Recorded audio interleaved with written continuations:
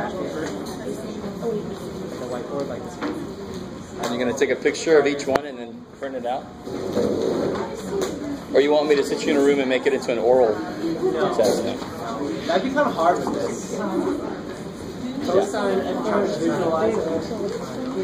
All right, guys. So 6-3, number 39. Take a look at that. So it says, write the first trig function in terms of the second in the given quadrant. So page 460, number 39.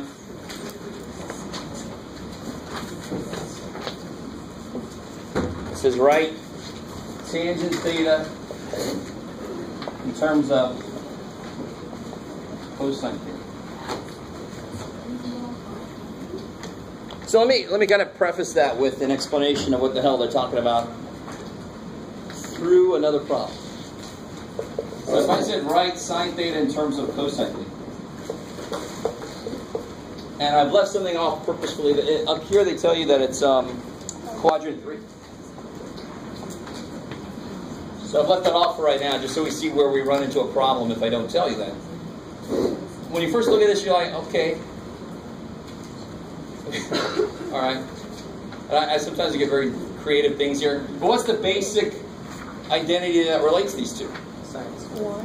Yeah, sine squared. Yeah, I do say squared. Plus cosine squared equals 1. Plus cosine squared.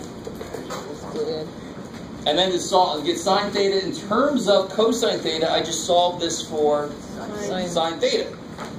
So I subtract cosine and take a square root. But the minute I take a square root, I have to put Plus minus. So that's why they got to tell me which quadrant I'm in. So now if I told you I was in quadrant 3 for this problem, what should the answer be? Negative. Yeah, because sine is negative in quadrant 3, so the answer would be that if it's quadrant 3. If it was quadrant 2, it would be positive, because sine is positive in quadrant 2. So now you get a little better feel for what the hell they're asking, and then, of course, your next statement would be, but Jeff, there's no relationship between tangent and cosine, right? But there's a relationship between tangent and secant. And secant is just 1 over cosine. So you can do much the same thing we just did here. There's actually a little bit. So you could use this here. Personally, I wouldn't do it that way. It's sort of like when your doctor says, well, I wouldn't wear the cast. I'll tell you what I would do. What would you do? Tangent is sine over cosine. And we just got an expression for sine in quadrant 3. You guys semi with me? Anybody at all out there with me? So I would go this way. I'd say tangent is sine over cosine, but what's sine? Sine is negative. Yeah, plus or minus the square root of 1 minus cosine. And we know it's not plus or minus because we know it's quadrant 3, so now you see why it was building us in that direction, right? Method to my madness. Please, dear God, don't say that square root of 1 minus cosine squared is 1 minus cosine. Square root of 1 is 1, Jeff. No, stop. Stop. Do not do that. It's a very basic algebra mistake. Did I do that? Here. Yeah. Yeah, everybody cool with that one? You guys see what that... So now that whole section of homework, it's basically the same idea. You come up with some relationship between... It might be the relationship between that and its reciprocal function if you want to.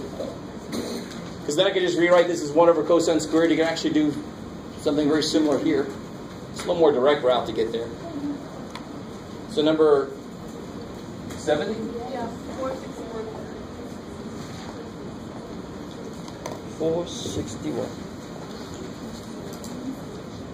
Oh, yeah. Good Lord. Oh, I did that one. I had a personal experience with this. I've never tried to turn a corner with a long steel pipe, but I used to have an attic bedroom when I lived on the East Coast, and I got a new bed, and I swear to God, I thought for sure it would turn that corner, and it just wouldn't. So I moved out about 4 months later anyway, but I had to sit down in the hallway, and we had to like push it one way to get out the front door and push it the other way to get it up to my bedroom. So anyway, this is the importance of actually doing the mathematics first, I was just sort of hopeful. So number 70, this thing is 9 feet wide. This is the one you're talking about, right? Yeah. Yeah. Okay. It was 6 feet wide there. So, yeah. Show that the length of the pipe. Blah, blah, blah. So now they've kind of put the pipe in the position where we're going to be most worried about it.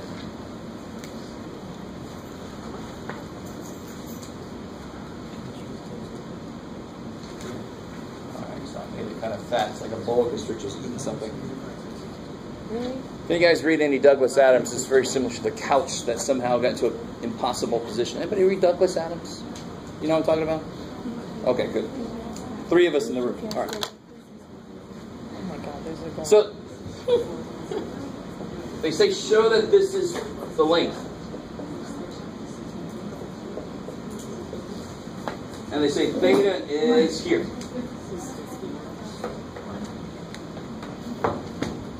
Now, I made my pipe kind of fat up there, but for the purposes of this problem, you can assume that the pipe is infinitesimally skinny. Because it would actually get harder if you consider the width of the pipe, and I doubt they're doing that. Thank God, no. So, do you see, I mean, the really nice thing when they say show that this is you can kind of piece together and work backwards a little bit where things must have come from. There's that piece of the pipe that creates this triangle, or even this triangle here. And then there's a piece that creates this triangle, here.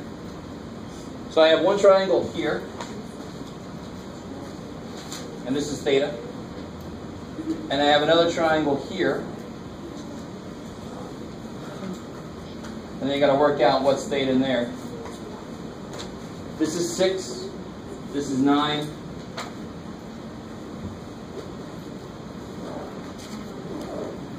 And if any of you are going to take physics, a big thing about physics is you start with an actual, possibly drawing what's actually going on, and then you reduce it down to its most basic visual representation.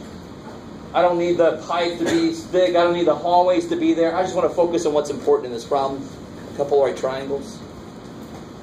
So now the whole purpose. What's the length of this pipe then? Let's call this one H1, H2. So the length would be H1 plus H2. That's the pipe, right? So the whole problem boils down to, based off of theta, can you represent H1 and H2 in terms of theta and the side that you know? You already know what it should look like. Real quick, in this triangle here, if this is theta, this here would be what? 90 minus theta, so which means this would be right, angles that are crossing each other, those vertical angles, the ones that make these, they're equal to each other, the ones across. So this is 90 minus theta, this is 90 minus theta, which means then that this is theta. So we want everything in terms of theta. I think this middle work out of the way, screw that middle work out. So now we just got what's important to us here. Is that cool? Do you guys see? I don't know who asked that question. Did you get that far? I understand. When you first look at it, you're like, this is a lot. There's too much to have to know here. But when you try to boil it down to, especially when they tell you this, it kind of gives you an idea. This 9 by itself has to figure in. This 6 by itself. Then you start looking for your right triangles. And I've got something plus something, so maybe 2 right triangles. Can I find 2 right triangles in that thing? And yes, I can. Thank God. So just looking at this one by itself, I have to look at it like this, because then this will be x and this will be y. What trig function would relate the things I know with this angle? Sine. Good, sine. Sine theta would be 9 over H2. good, 9 over H2. And this one, what relates to the things I know? Cosine. Cosine. Cosine theta would be 6 over H1. And do you see where this is coming from now? I mean, this would be 9 over cosecant is 1 over sine. This is 9 over sine. That's exactly what you're going to get here when you solve for h2. 6 over cosine. That's exactly what you're going to get here when you solve for h1. Yeah. So then would that just be flipped and with the 9 and 6 cancel? Or okay, so say you put it sine theta or cosecant as far as that being, is it cosecant 1 over sine? I love it. So all we're trying to do is prove that the length is this. You with me? That's all we're trying to do is prove that. And we know the length is the sum of these two. We've got those two. H2 equals 9 cosecants. H1 equals 6 secants. And that's where that comes from, just adding those together. Cool. So part B on that says graphic for zeros less than that. What does that mean? Is that how you speak differently on your calculator, or? You would put in the window. Yeah. Okay. You would put in the window those Oh, yeah. X min, X max would be those. Make sure you're in radians. Yes. That was not.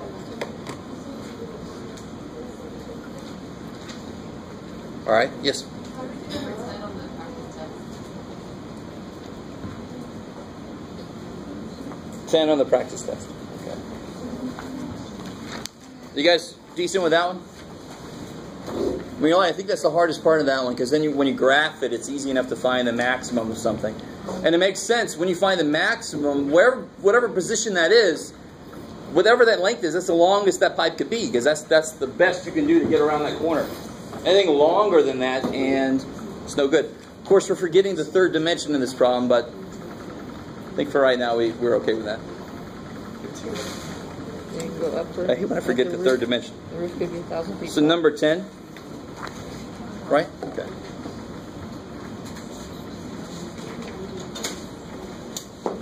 So while this thing is warming up, this is a calculator problem.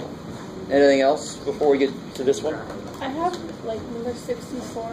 It was the same problem as that on the 461. The rain gutter problem? Yeah. Where? Oh, I finally caught that. I think. We'll see. I thought it was 10 times 10 to 100. And by the way, I have 3 problems from the test I gave last semester that I'm going to put up on the overhead a little bit later in this class, and we're going to go through them each one by one. Obviously, they're going to change for your test, so I won't get too excited. Yeah. Because the only thing we knew was right angle. Yeah, it's up through 7.2. Yeah. From 4.5. I just grabbed 9 cosecant plus 6 secant. So now This word that we cosecant is that.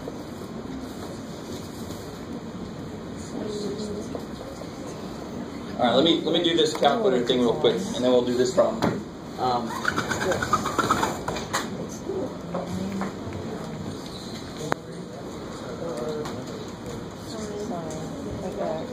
And then it's the next line is 6 times 1 over cosine of x. This is it. This is how you graph it. And then you have to have your end parentheses. This is your graph right here. That's it. So guys, there's a question from number 10 on the practice test. And you know I'm very likely going to have a problem, a lot like this one. And it says, using your calculator, find all the solutions of cosine 2x equals 3/4 inverse tangent of x. Sounds gross. But what I mean by that, and very often people will hit that problem and they don't understand quite what I mean by that. How do I use my calculator? Well, it's a graphing calculator, so more than likely we want to use graphs to help us. And I can solve any given equation in a graphing calculator by putting y1 equal to one side, y2 equal to the other side, and then finding where they meet. Exactly, and the intersection. So if I make y1 equal to, oh yeah, Put it plus instead of 1. Cosine And it'll look like that. 2x. So x is from Take a second to make sure we're in radians. -1 is from -2. y2 3/4 inverse tangent of x. Is that cool? Your inverse tangent's right over your tangent.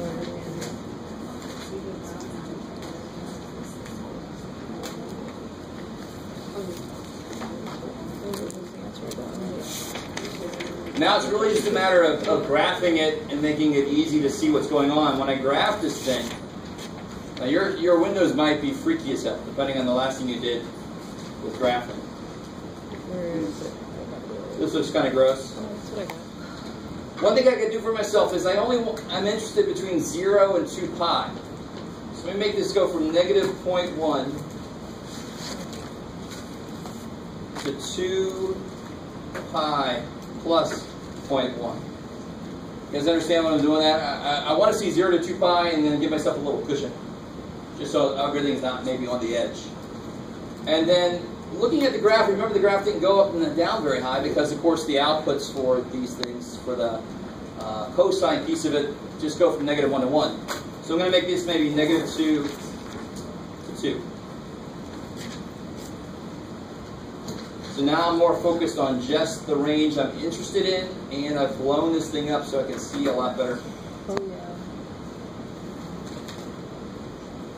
It's not concerned actually my practice. I might have missed one. Oh well, too bad.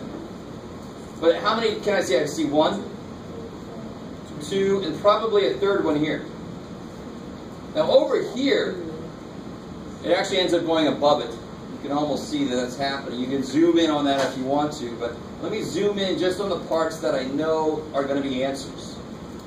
Zoom box.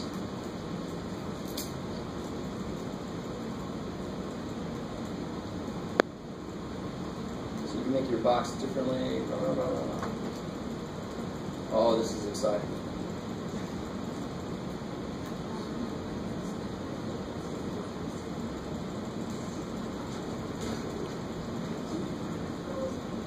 Sure, we can't right.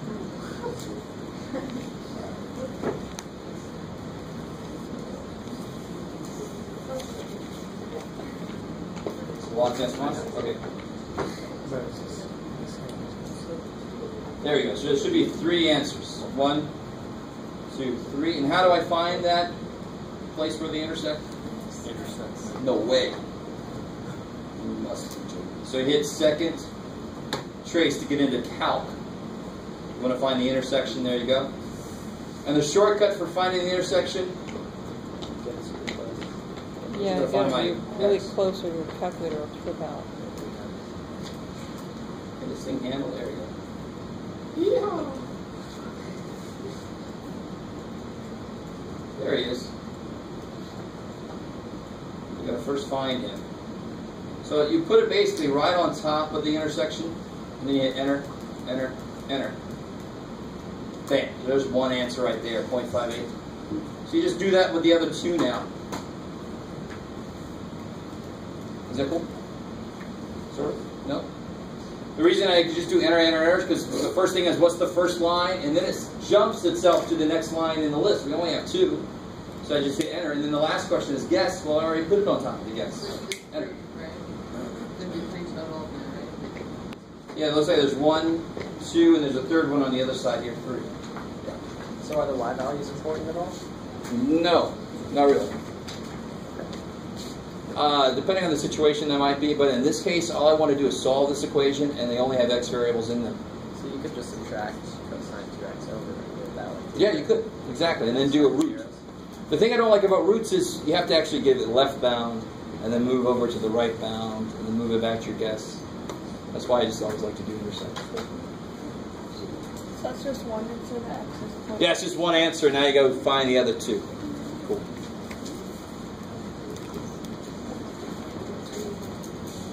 I want to find that last one.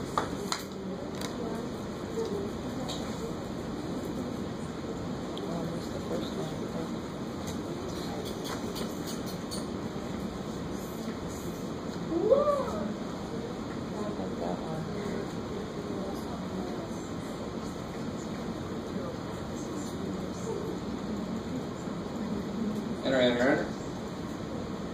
So I get 3.28. And actually, is that? Yeah. Cool. 3.289. Yes, sir. How do you clear your variables? Clear your variables.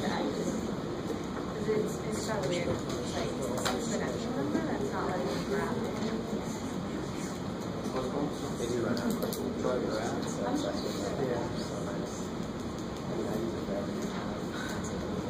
Oh, Yeah, there is. yeah, the Windows. Exactly.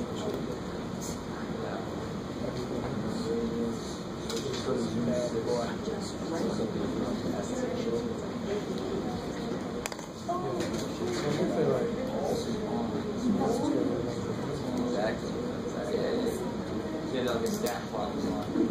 I know what you're talking about. Are you worried about the fact that access it doesn't matter at all. When you go to here, it knows that you need to have to be 3.29, 2.96, and 5.82. All right. So let me go back. Yes. You do 11C. So let me go back. There's I got one question on the table, and then I'll do that one.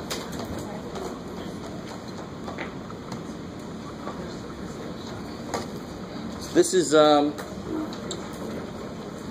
page 460, number 64 is the rain gutter problem.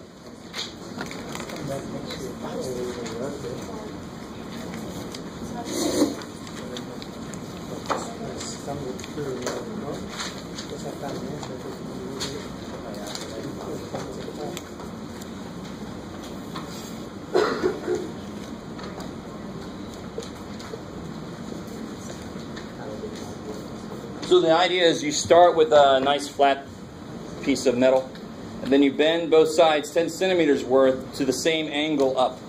So this is going to, it used to be like this, then you bend them at the same angle, and now you've created this gutter. This is like a cross section, thankfully, or else it's not going to do much for us. So this is another one like that one we just did a minute ago with turning the hull with your steel pipe. They want us to show that A theta is 100 sine theta plus 100 sine theta cosine. Cool. So you can see where the 100 might be coming from somehow. Maybe. So we wanted the area of this cross section. So when I go to do this, whenever you try to find area of some shape, the first thing you want to do is try to see, is it made up of shapes that we know the area formula for already? And of course it is. I've got these two triangles here, like the right triangles, which is really nice. And then I got this, possibly, well, rectangle at least. I know this is 10 centimeters here also. And again, it's kind of leaning out towards us. So, are you guys semi with me here? This is a very classical approach to this kind of problem. You try to break the picture down into something you know the area of, and actually it's a trapezoid, so I could even do it just that way. But it's easier just to kind of identify what's going on with this triangle here. So there's actually two ways to do that. I didn't even think about it. I need the height no matter what. I mean, that's going to be the height of my trapezoid, if you want to look at it like that, or the height of a triangle. What would relate this? Let's call that. Why don't we just call it H? There you go. No, let's call it Y. So we don't think it's hypotenuse. What would that be in terms of my angle and the 10 centimeters that I know? Well, first off, is that angle inside my triangle? No. But where would it go inside my triangle? Okay. Yeah, up here. If this is theta, this is got to be 90 minus theta, which makes that theta. So what trig function would relate these two sides with theta? Sine. Y over. All right, be careful. All right. So my angle is up here, right? So if I put it in the base, we turn this around. No, you're fine. I just want to make sure everybody's on the same page with you. Right?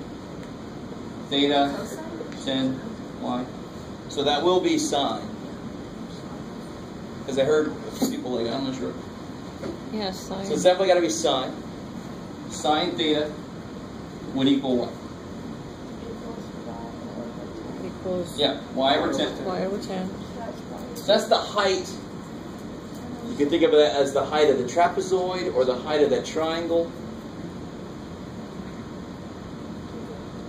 Is that cool? Okay.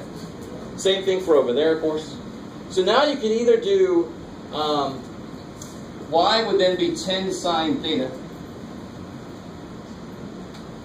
And then the only thing I need to know about this triangle that really still is what's the base here. So then I can do the height times the base times 1/2. Right, 1/2 base times height. So this base has to pretty much be what? If this height is 10 sine theta, this base has to be 10 cosine theta. And again, I really love this idea. If we look here a little bit better, trig functions tell you the percentage of the hypotenuse that is in each direction. So sine theta is the percentage of 10 that's in the y direction. That's why this is 10 sine theta. This percentage of 10 is in this direction. It's an awesome way to look at this, because that's the way it is. But also, I don't understand why we don't tell you that right now instead of SOHCAHTOA and all this other stuff, which is good. SOHCAHTOA is fine. But this is so much more freaking useful. Especially if we go into physics, this will make tons of sense. Take a force, break it up into its parts. What percentage is going over here? What percentage? Oh, beautiful. So this has got to be the percentages in the x direction. That's controlled by cosine. So this will be 10 cosine theta, which of course is up here. Oh yeah.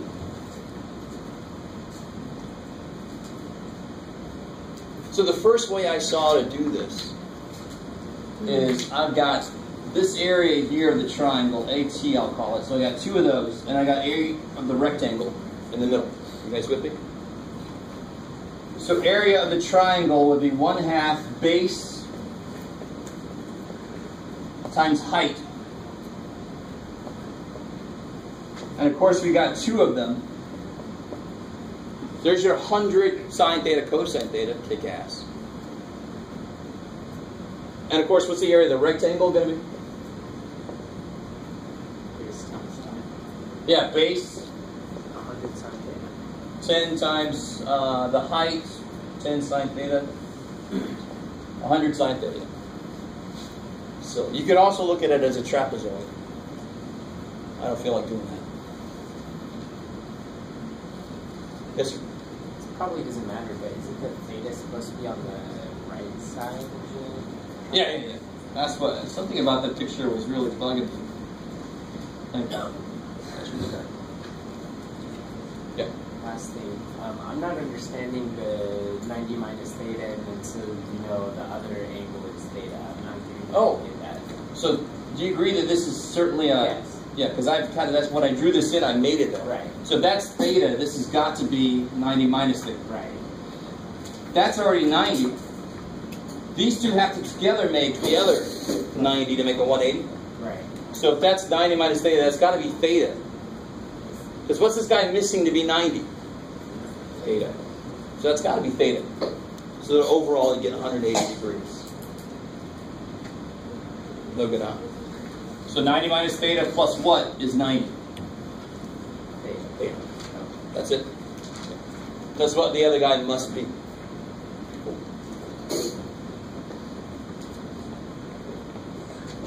Of course, you know, it's always really easy when I do it.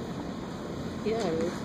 But I still try to, I desperately try to show you what it is I would think of if I was looking at this for the first time. What would I think of trying to do when I see this for the first time? And when they're asking me about area, I try to break it down into shapes that I know. Plus, we're in trigonometry. I think this is pre-law of sines and cosines. So I know I got to try and find my right triangles in there. There's no doubt about that. I've got to find those.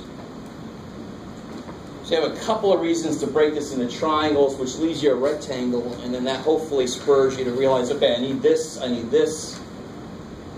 How can I get those from what they gave me?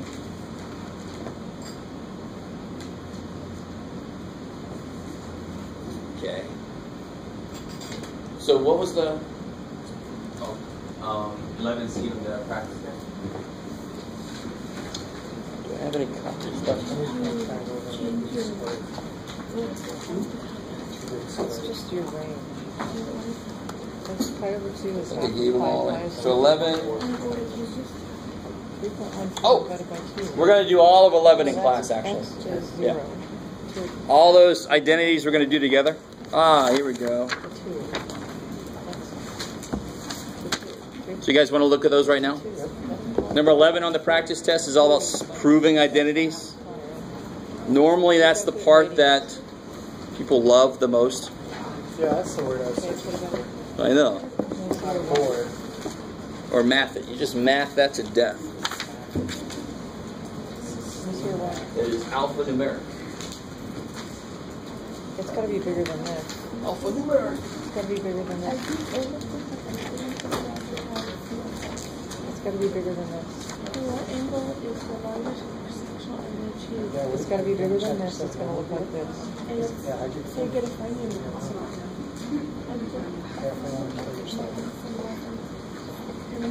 It's got to be bigger than 130 on the y side. And very quickly on this green sheet, we have not done anything below this line here except for unofficially that tangent sum. I'm not going to make you memorize that. Anything below this black line you do not have to memorize. But we haven't even talked about any of that except for the tangent of something plus something. I'm not going to make you memorize that anyway. Everything above that line that we've got. Everything above that line you eventually have to have memorized. Eventually. And let me make sure. We can use this. We've not officially talked about the double angle identities or the half angle identities. We've talked about either one of those totally officially yet. I did talk about it a little bit when I did that proof. Yeah. But I'm not going to officially hold you to the sine of 2 theta and cosine 2 theta yet, because we're not in that section really yet. Okay. You guys with me? Yeah. So everything else up here, whoops, everything up here, you must know. You can't write it down. You can't tattoo this somewhere. I want that tattoo. It'd be really cool. Oh shit, it's upside down. Bad idea. Right, you keep doing this. Got a sunburn, first of all. Okay. So this is the 11A on the practice test. Any hints on what to do here? What can you definitely not do? Give me an example of something you can't do here. You Something can. to both sides. Good. You can't do anything to both sides because the equality is part of what we're trying to prove, and that would assume that they are equal. You can do something individually to each side or one side. The goal at the end is to Make one side match the other. make them match. Get the loop. If you start at one side, you want to make it become the other side. If you work on both sides, you want them to meet somewhere. Okay. So pretty obviously, the side that's got more to do might be the side to start with. Got more to do? Start with the one with more to do? Oh, hell yeah. How can you tell? Well, what is there to do over here? Nothing. So nothing will really simplify that. You could make this 1 over cosine. What the hell? Well, you can tell in that problem, but there's some problems you can't really. You're right. In some problems, there's something you can do on both sides, which in that case, you start with either side you want to. And that might be the kind of problem where you work it to a point, you're like, oh crap, let me start on the other side now and see if I can make these meet, because you're not sure where to go. You kind of with me? And very often, this next step is nothing you would think of. It might be you add and subtract the same thing. Who would think of that out of nowhere? So sometimes you have to do both sides to see how they meet up. Here, this is something I can actually do something with. Tangent. And who's got a suggestion? Tangent. Put Careful. everything into the sine, cosine visually so you can... Yeah, put it maybe everything in terms of sine and cosine. I'll change tangent. Because tangent is... Sine over cosine. And what makes us feel good about that right off the bat? Because secant is. 1 over cosine. So I've got my over cosine in there. So it sounds like that might be the right... And of course, sine over cosine times sine. Sine squared. Don't say equals secant theta all the way down. You're working with this one side. Of course, what can you do there? Make the Good. sine I've got a fraction plus unofficially another fraction, so I can put those together.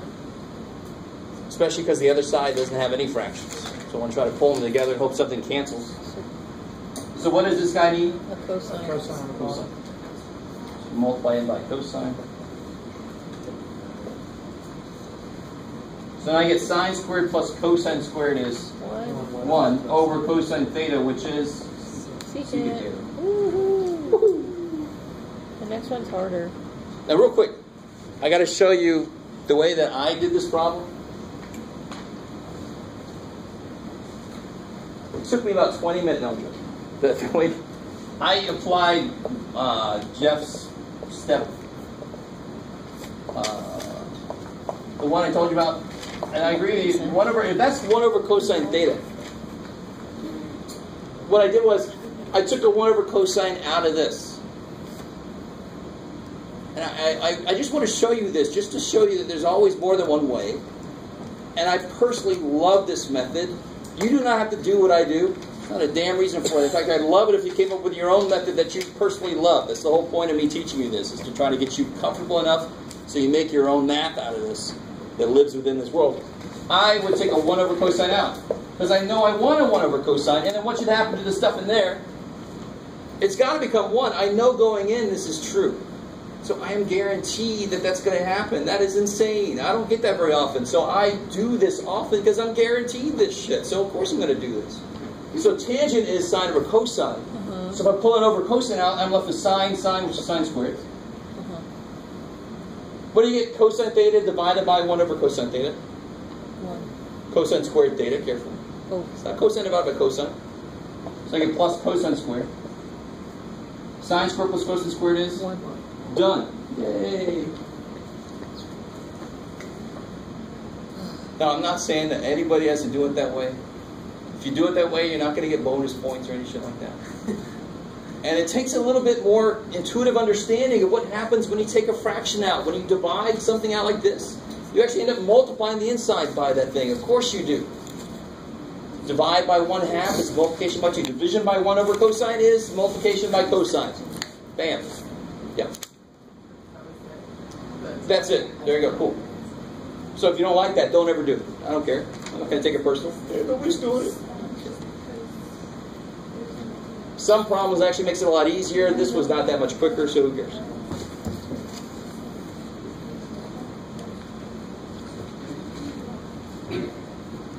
So how about 11b? 11b is a monster. I stumped a couple of tutors on this one. Oh, thanks.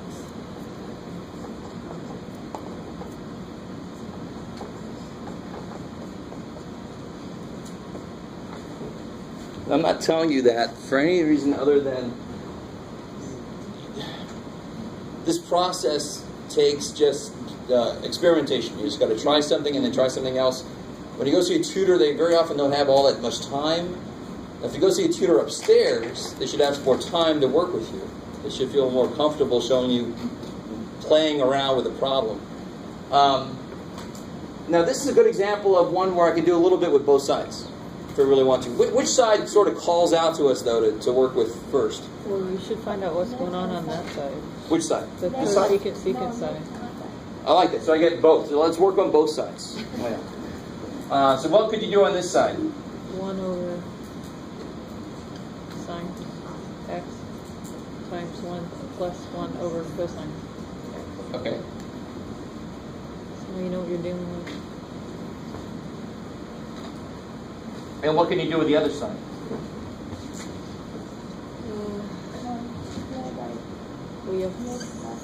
What does this kind of scream for? Well, you gotta get the denominator. Multiply it by?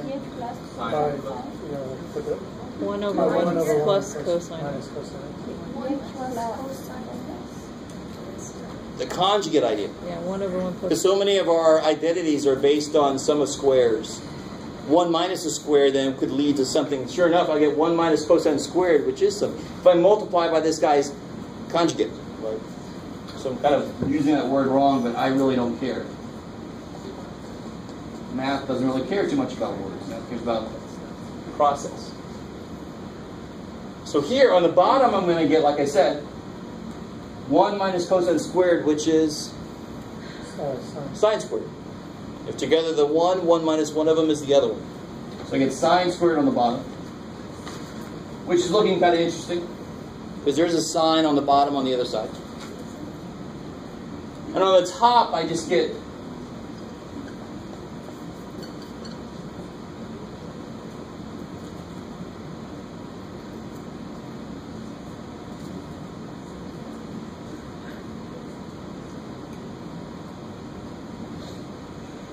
okay. So, before we mess with this too much, because there's nothing really telling me what to do with this, there is one little thing though. Unless somebody can tell me, there's one little thing I can do directly with this. I can distribute, but normally I don't want to do that too early, honestly, because I might be able to eliminate some. Do I have any tangents on that side? Tangent. So I'm hoping that something happens to him. Tangent over 1/4. Yeah, tangent is sine over cosine, so one of those sines would cancel. So I can do that. This tangent is sine over cosine.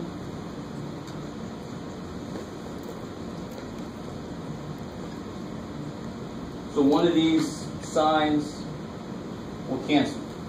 And that's getting a lot closer to that.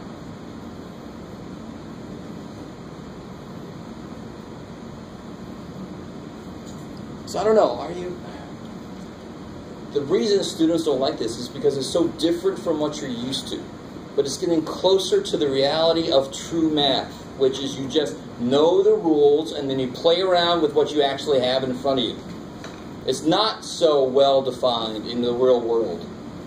In fact, things that use algebra are not so well defined as they are in your algebra book. You still got to understand the rules of algebra and then apply them to whatever the hell you're looking at. You have no idea. So this is finally getting more honest. So in the real world, you don't have a clue what the hell to do. So you start trying something. And what you're doing is you're looking at, okay, I feel good. I got a sine there. I just canceled this. Okay, good. I got my over sine going on. Everything looks to be going in the right direction. I got stuff that looks similar, but I'm not sure where to go next with this. Sure. So one thing I could do here is distribute that in, maybe. And then maybe add those together. And that's really all I can do with that side. Do you see what I'm saying? That's really all I can do with that side. And what is that first student missing to be able to add those together? Cosine. So you get cosine x plus 1 over sine x cosine x. Now that looks good. And then obviously that just has to go down where it's supposed to be. It's divided by cosine x, so go ahead and put it down there. You guys cool with the fact that you can take that right there and you're not breaking any rules? Do you understand that? It's not just because I'm the teacher. Right? I mean, if I have 1/2 of 4 over 7. This is 1/2 of 4, 7. So the 2 can just go right down there. What are you dividing by? A 7 and a 2. So why don't you just say you're dividing by 14? Sure, I'm dividing by a sine and a cosine. So just go ahead and say you're divided by sine cosine. And those are the same. So where did the tutors get messed up at when you... I can't remember. Somebody came and showed me some stuff, and they were... Was it the conjugate, or...? A tutor's job is difficult, because I made that problem. So obviously I can do that pretty well. I feel pretty good that I can do almost any problem you throw me out of the book. But a tutor has to think about, what could he mean by this? What's he trying to get out of this? Where is the student at as far as what are they allowed to use? There's a lot more going on that they don't know because they're not in the class with us.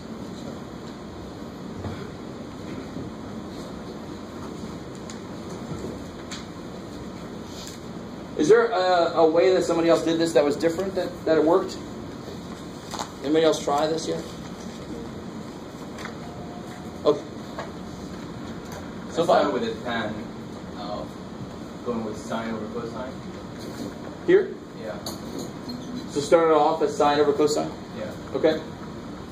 So you rewrote that as sine x over Cosine times 1 over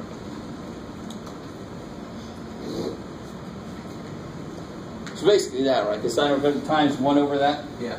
So then you just get that. Cool. And where'd you go from there?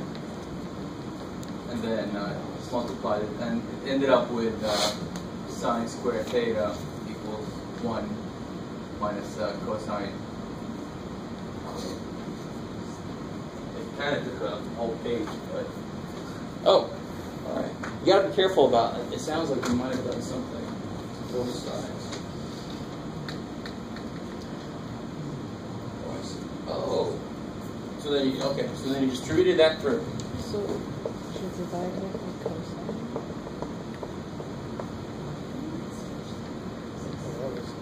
On the other side, you basically did what we did. Yeah. Right? And then you did... I'm not sure how you did this next step, actually, at all. Oh, wait, here it is. Yeah. Oh, yeah, okay. So this is the part can't do something both sides. Yeah.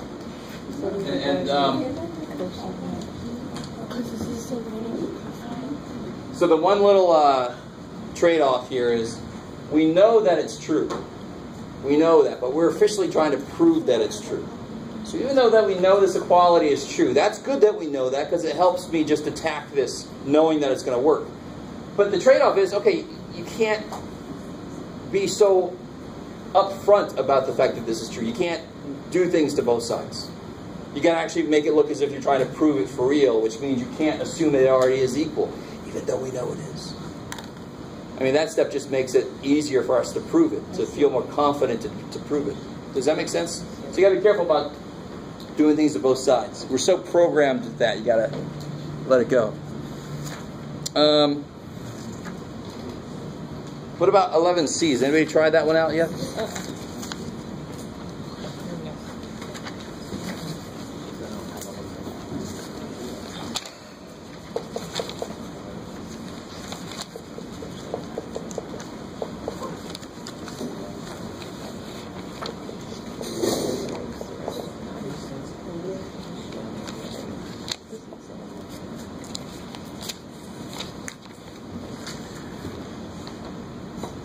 Now this is clearly true. You just can tell. No. You can't tell this is true. But you look for any identities you can find. And in this case, there's like there's an identity that I can use. There's two. That will at least get me more closer to that. So on this side, do I have any angles, any inputs that are x minus y or x plus y? So what's guiding me in this problem is I need to rewrite this side so that all my trig functions have just an x or a y input. So you always got to look for that motivation. I don't see x minus y, x plus y over there inside of a trig. That tells me what to do. That says, oh crap, I got to rewrite this so I don't have any of that. Does that sort of make sense? I mean, that's the kind of, if I have 2x on one side and no 2x, then I know I want to use one of those identities we're going to talk about later. How do I make that not a double angle anymore? That's what I want to focus on. Yes, ma'am. So you want to write both sides. How? So on this side, do you see how the inputs are x plus y and x minus y? On that side, do I have any x plus y, x minus y inputs? No. No. So I know I want to do something to this side that removes that rewrites it in terms of just x and y. And what do I have, for example, for here? Cosine. Maybe on your green sheet. Plus cosine. Oh, green sheet. Green sheet. Remember, cosine is the dork. He says, I'm first, and screw your plus, I'm going to make it minus. Just trying to come up with ways to remember. Cosine A plus B equals Good. Cosine X, cosine Y. He's first. He's always first. There's a plus in there. He says, screw it. There's a minus now. Sine, and then sine has to come second. Sine, if it was sine of this, it would be sine, cosine, plus, sine, cosine. It gives them both equal shot. Does that make sense? Is that a function or is that a Okay. Is that, or is there an So what we're doing is It's an that identity. I can definitely not, now be careful, I can definitely not distribute the cosine. Because it's an right? identity. I'm hoping that's almost like scratching my nails on the chalkboard when I offer that as a possibility? It should be. It should be just as bad as saying that equals that.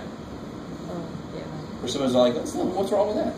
Or saying that equals that, which some of us still do. Shit.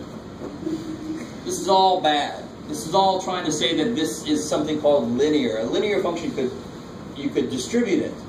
But here I don't even know what the hell that function is. And here this is certainly not linear, it's freaking squared. So I have to be careful. There are only certain functions that I can distribute. I certainly cannot just distribute a cosine. Because it's a function. Now, here's the funky thing. You're going to see this in mathematics a lot. This sort of looks like I did that, doesn't it, in a way, and then I just threw some signs in there for good measure. Right? I mean, as a student, you're desperately trying to see, what did he just do? And that's exactly what you're thinking of. What did he just freaking do? All I did was use an identity that we proved. We proved it was true. This happens to be rewritten as this, if you want to. These are equivalent. It looks sort of like I distributed something, and it looks like some other stuff happened, but no. It's just that this cosine of the sum of two angles will be this, always. Is that cool? Or when it seems really close to something we kind of know we're not supposed to do, and then you see me do it, you're like, what's going on? So what do I do with this one? Same thing. So I got cosine x, cosine y, plus sine x, sine y. And now I see how they kind of got to where they were. Now I just got to FOIL this thing out. Oh yeah. I like this one. It's kind of cool. As I say that, I'm like, that's good for you, Jeff. But try it. Take a minute. Just take a minute and do this FOIL. I know you can FOIL. Yeah. I know you know that cosine x times cosine x is cosine squared x, for example. Try to FOIL this thing out. You know where it should end up. And I like it when it gets really, really faint, and then all of a sudden this shows up. Careful about that.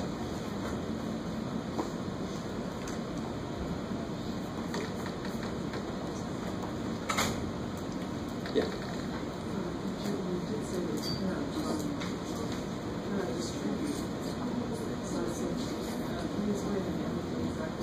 I can't distribute the cosine to each of these, because this is not cosine times this. This is cosine of this, right? But I can apply an identity to each of these that rewrites it. And then I can FOIL this, because I can do cosine x times cosine x. I can do that all day. Right? Yeah. What is of? So, read that. Square root of 49. Now, what'd you say really quickly? Square root? Of the number underneath. Beautiful. So and how do you say this? F of x. The square root of 49. Right? So the answer is going to be what you get when you apply this function to this number. You have to understand that that's a function, though. Yes. Assuming you know it's a function. Okay, yes. When would you recognize it? Or how would you recognize it? Because the whole point of 5 and 6 is about trig functions. Okay. Cool. So in this case, we definitely know. Now, if I just put up here something you've never seen before, and I say c plus y, I have no idea. That looks like a big 1. I have no idea what that means. I have no idea what to do with that. Right? I have to explain it. Here we know it's trig functions. We know their functions.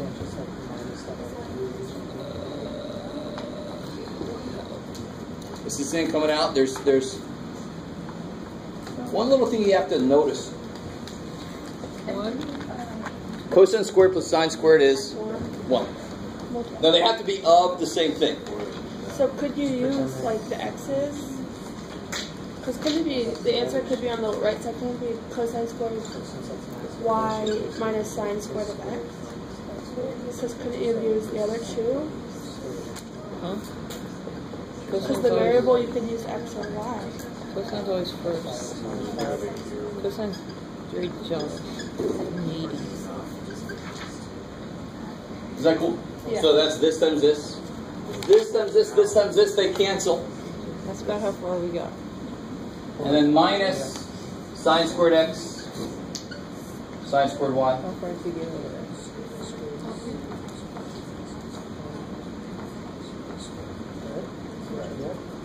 And here's where it gets a little funky. Because it looks like we're almost there.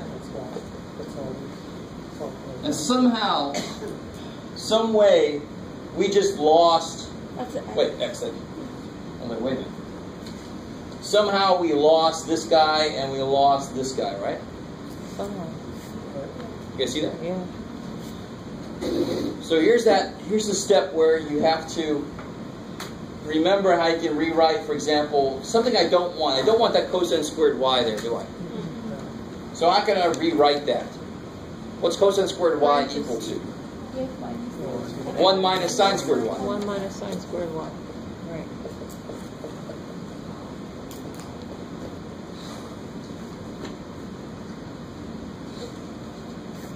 So then I get cosine squared x minus cosine squared x sine squared y minus sine squared x. Now it looks like I can probably do the same thing over here. What's sine squared x? 1 minus cosine squared y.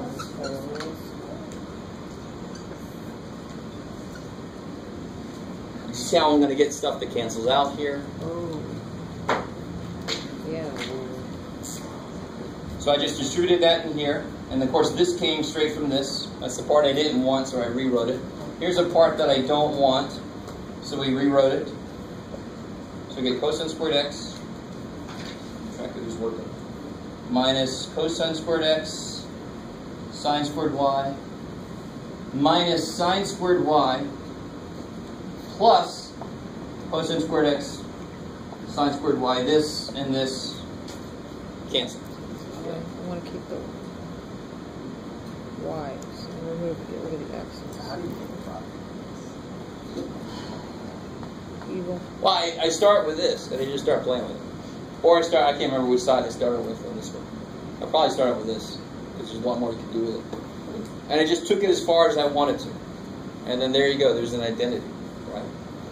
This is a step that I would not expect any of us to really possibly realize you could take.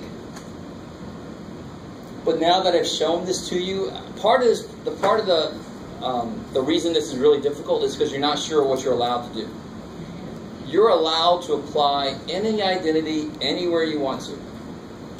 Will it always help you? No. Oh, I see. Thankfully, they're not going to be this difficult. I mean, I'm purposefully making these a little bit more difficult so I can kind of show you all the possible things you could ever want to try to do, right? The ones in the actual test are going to be a little more to the point. Maybe I'll give you a one that's a little freakier. I have to. No. Oh well, too bad. No. If only I took actual requests. Yeah. On all items. So let's see, what's the 11D? 11D and D. And E, yeah. I'm guessing E will be the hardest.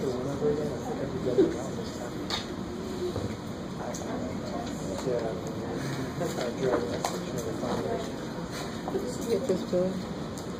If I look at that.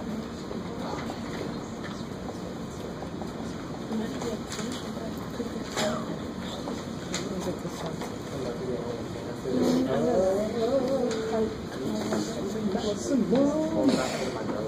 It's so easy when you're doing this work. Alrighty then.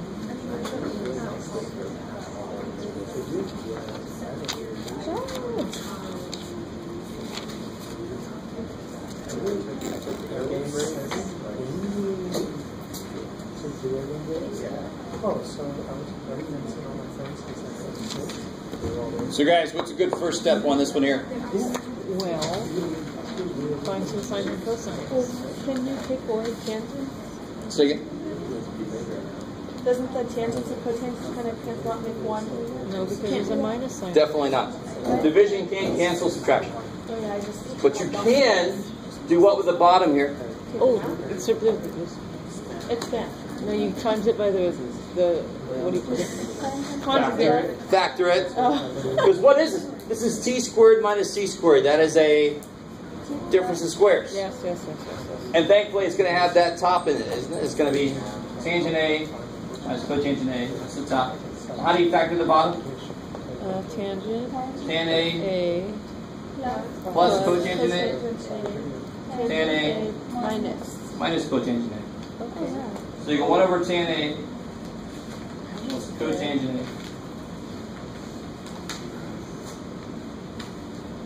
Would you consider that closer to no, I don't really. We've done something. The part of this that's hopeful is the fact that tangent has cosine on the bottom and sine, and cotangent has sine on the bottom, and this involves sine and cosine on the top. Seems like we should be able to get there. Yeah. Now we can times it by this. So what do you do whenever you're in a position you're not sure what the hell to do? Because if I multiply with the conjugate, I get right back where I was. So let's not do that. Break it up. Turn it into sine stuff. Yeah, exactly. Especially considering I have sine, cosine stuff on that side, I want to turn this. So this will be sine over cosine.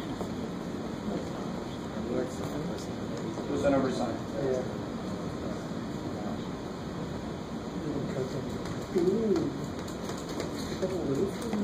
Anybody know how to handle fractions within a fraction? You should. Flip them. And multiply. I do not have 1 over a fraction. I have 1 over the sum of fractions. I can't just turn each of these over individually. I have to turn whatever they are Do you get over. common denominator of the whole thing? Yeah, what's the LCD? Cosine A, sine. Beautiful. So I'd actually multiply top and bottom by that. Cosine A. What do you do in an equation when you have a bunch of fractions in your equation? You multiply by the LCD. Both sides. So here I'm going to multiply both sides by the LCD, the top side and the bottom side. So if I multiply top and bottom by sine A, cosine A. That's not the only way to do this, but that's the most direct way to do this. You can also do it by like sine over sine.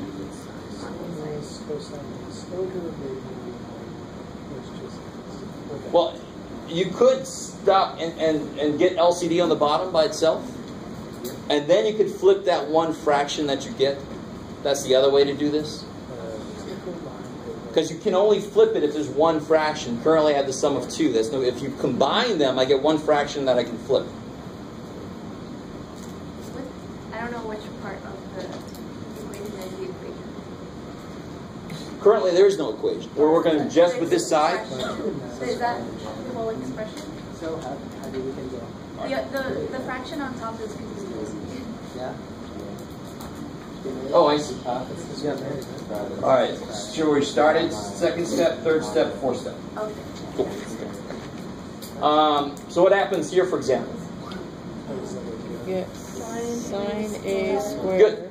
Cosines cancel. You get sine squared A. So on the top, I just get sine A, cosine A. And now sine squared A plus cosine. Which is encouraging. Squared A. So on the bottom, I get sine squared because the cosine cancels. I pick up a sine. Here, the sine cancels. I pick up a cosine. Which equals 1. Yay! Because sine squared plus cosine squared is 1. I love it. That one was easy. So it's always a question of where can I do something? That's the side to start. And then you keep an eye on the other side as you're doing stuff. You're saying, am I getting closer to that? Well, here we had tangents and cotangents. There I had sines and cosines. It only makes sense to rewrite it in terms of sine and cosine. You kind of keep an eye on the other side as to where you are right now on this side. Yes, ma'am. Is it 1 over sine A over cosine A, or is it 1 over sine A over cosine A? It's sine A over. Multiply with Here, Yeah. Is it which one's a fraction? it's 1 over.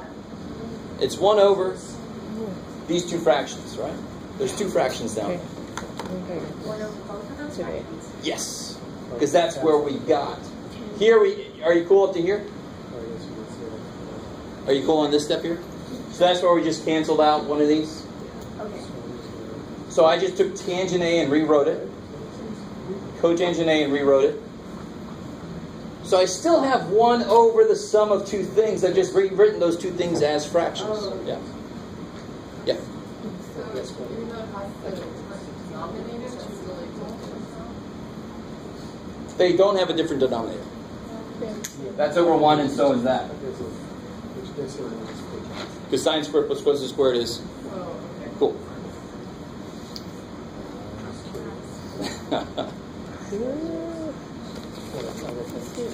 E. All right. E.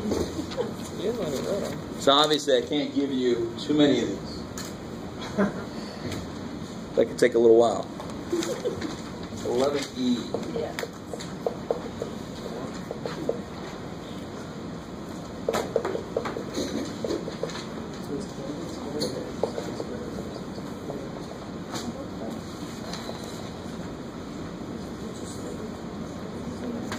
Okay. All right. There's a 2 in it. Now the funny thing, your eyes are probably drawn here. But what's a very, very simple thing you could do over there? Turn the cosine squared plus sine squared into 1. Yeah, this is cosine squared plus sine squared. So it's cosine squared plus 1. I have 2 cosine squares here. I can put one of them with the sine squared, make it 1. So I'm going to rewrite this as cosine squared plus cosine squared sine squared. This is 1. Which is interesting. Now it's kind of like in the same form as these two, in a way.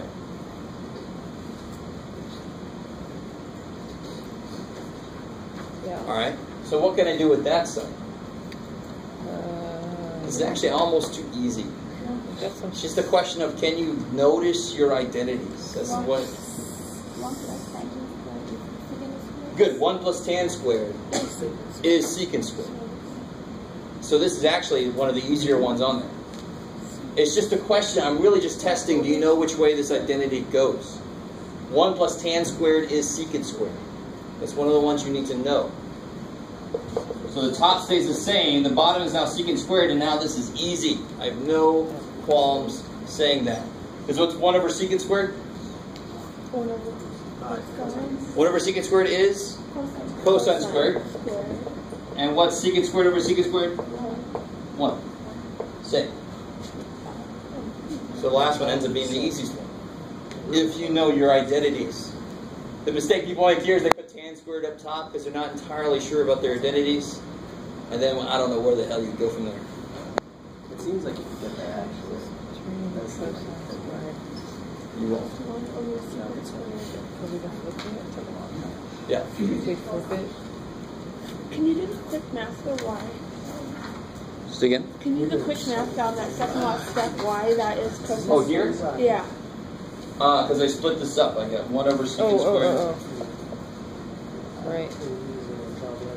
Plus cosecant squared x over. Anytime you have a single term on the bottom, that's a good idea. That sometimes it will be a good idea to split it up.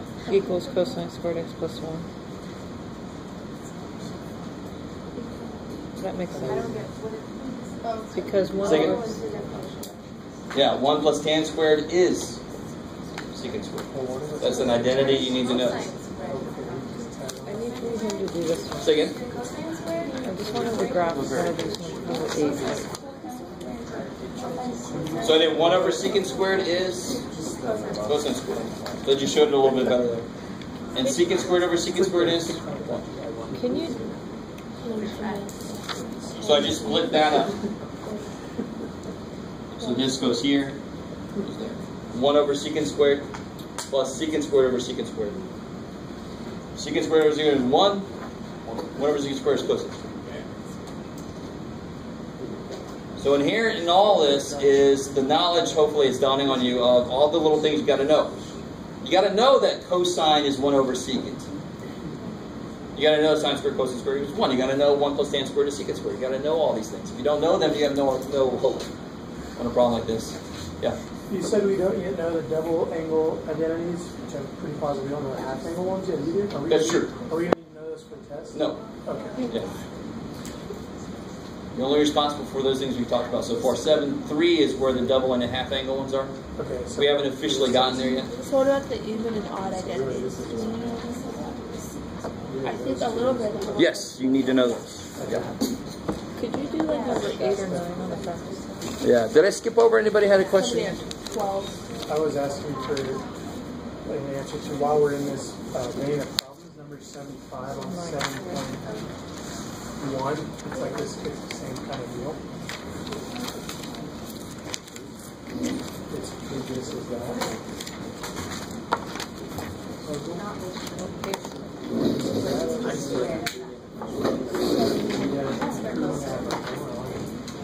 Real quick, let me take a second and give you guys the answer key for this before I lose anybody else.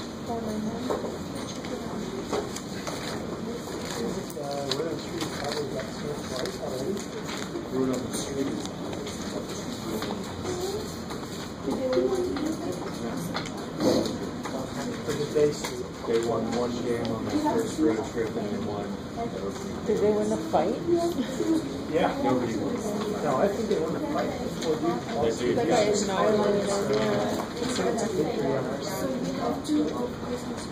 Poor fuck. Or my dad's looking like Do you have more?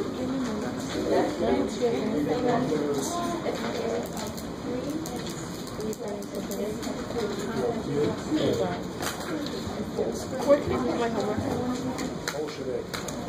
Sorry about that.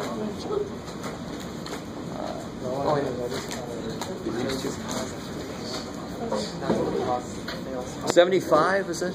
Yes, sir.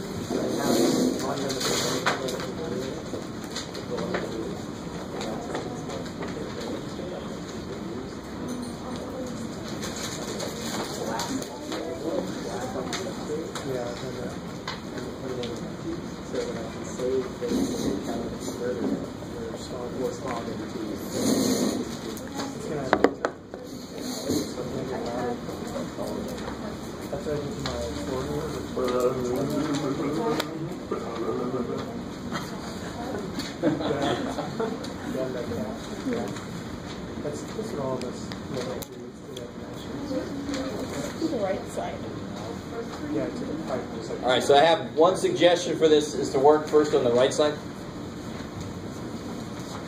What would you do on that right side? Change the one and then find the what LCD. Do it again, sorry. One over side.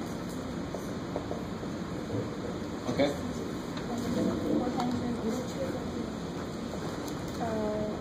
Cosine of this yeah. Okay. And then find an LCD of the LCD. Sure. Not bad. This is not the way that I thought of, but I'm liking it already. So LCD. So if you find an LCD for these two, right?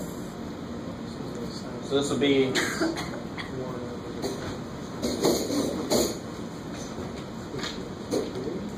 what do you have to do with him? Yeah, sine squared over sine, right? So it'll be sine squared minus 1 over sine over, is that cool? Sine squared minus 1 all over sine. Multiply top and bottom by sine. What's he need? Same thing. Sine theta, cosine theta, minus cosine theta all over sine theta. What's really nice there? Does anybody see something really nice? Yeah, the sines go away. And what you have left, what does it look like you can do with that? Each of them. Yeah, factor them out. So the top, how would you factor the top out?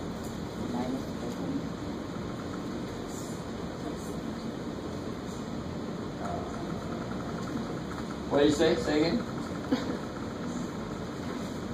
And actually, I wouldn't do that. I mean, well, watch. If you do this step, sine theta minus 1, sine theta plus 1. On the bottom, you can take out a cosine.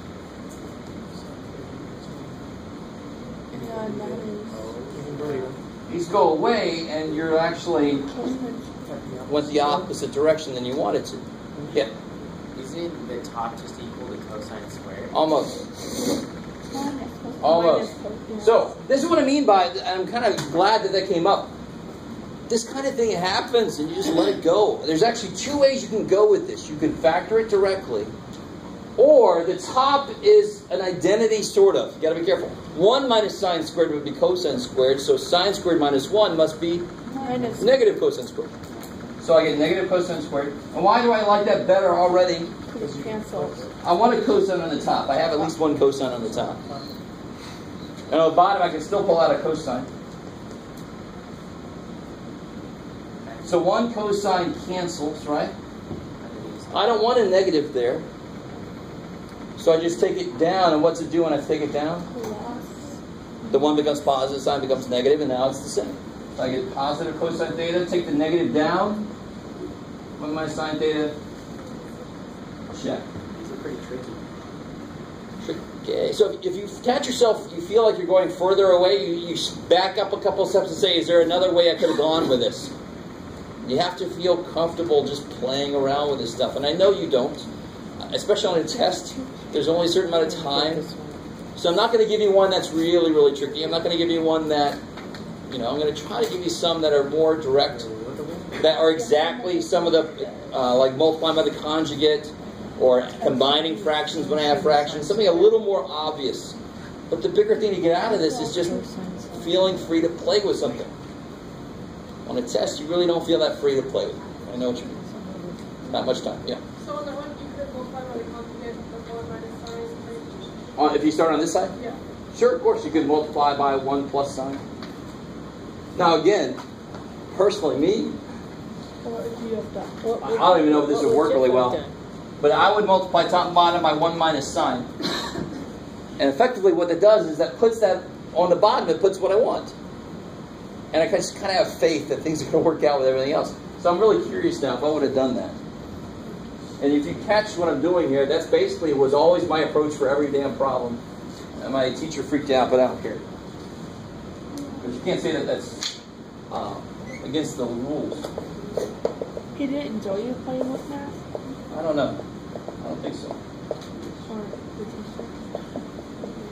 So I would multiply this by, and I'm not even sure this would be a good thing to do. Holy crap.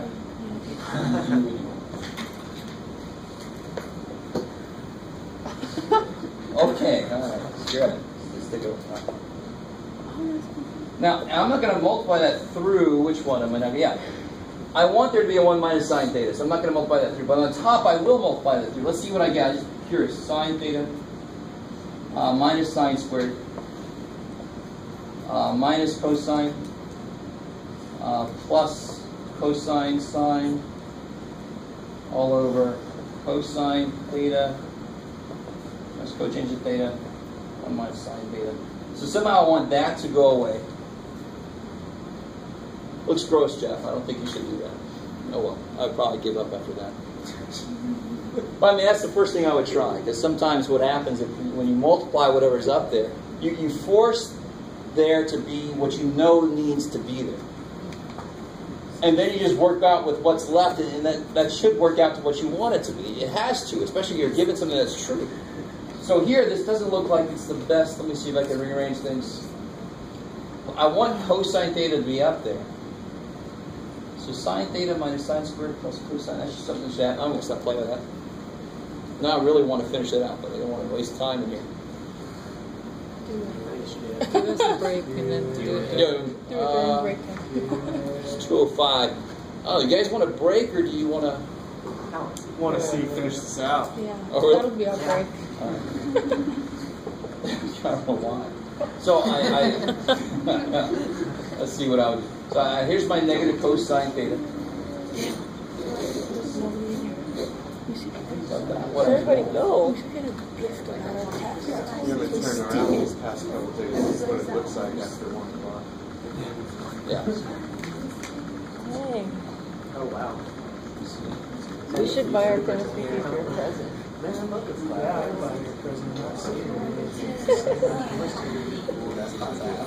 Somehow, see which way I want to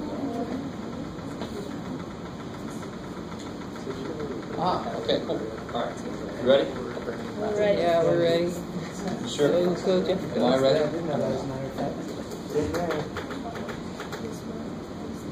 No, that won't be good. What's it taking to you? Also, James had a home street. No, that's normal. Like on one street a day. So it's 15 minutes. We'll see what happens. I have a question. Divide by sign. You can have half of it.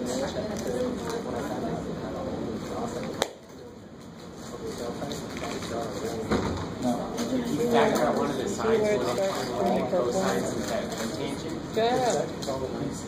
We got an email from our chemistry professor. Yeah, I know. I'm thinking about that right now. There's no class today, and there's no quiz. But if it takes me this long when I'm doing that to do my procedure, I'm not going to do it. Kind of sucks actually, but Sucks. It makes her.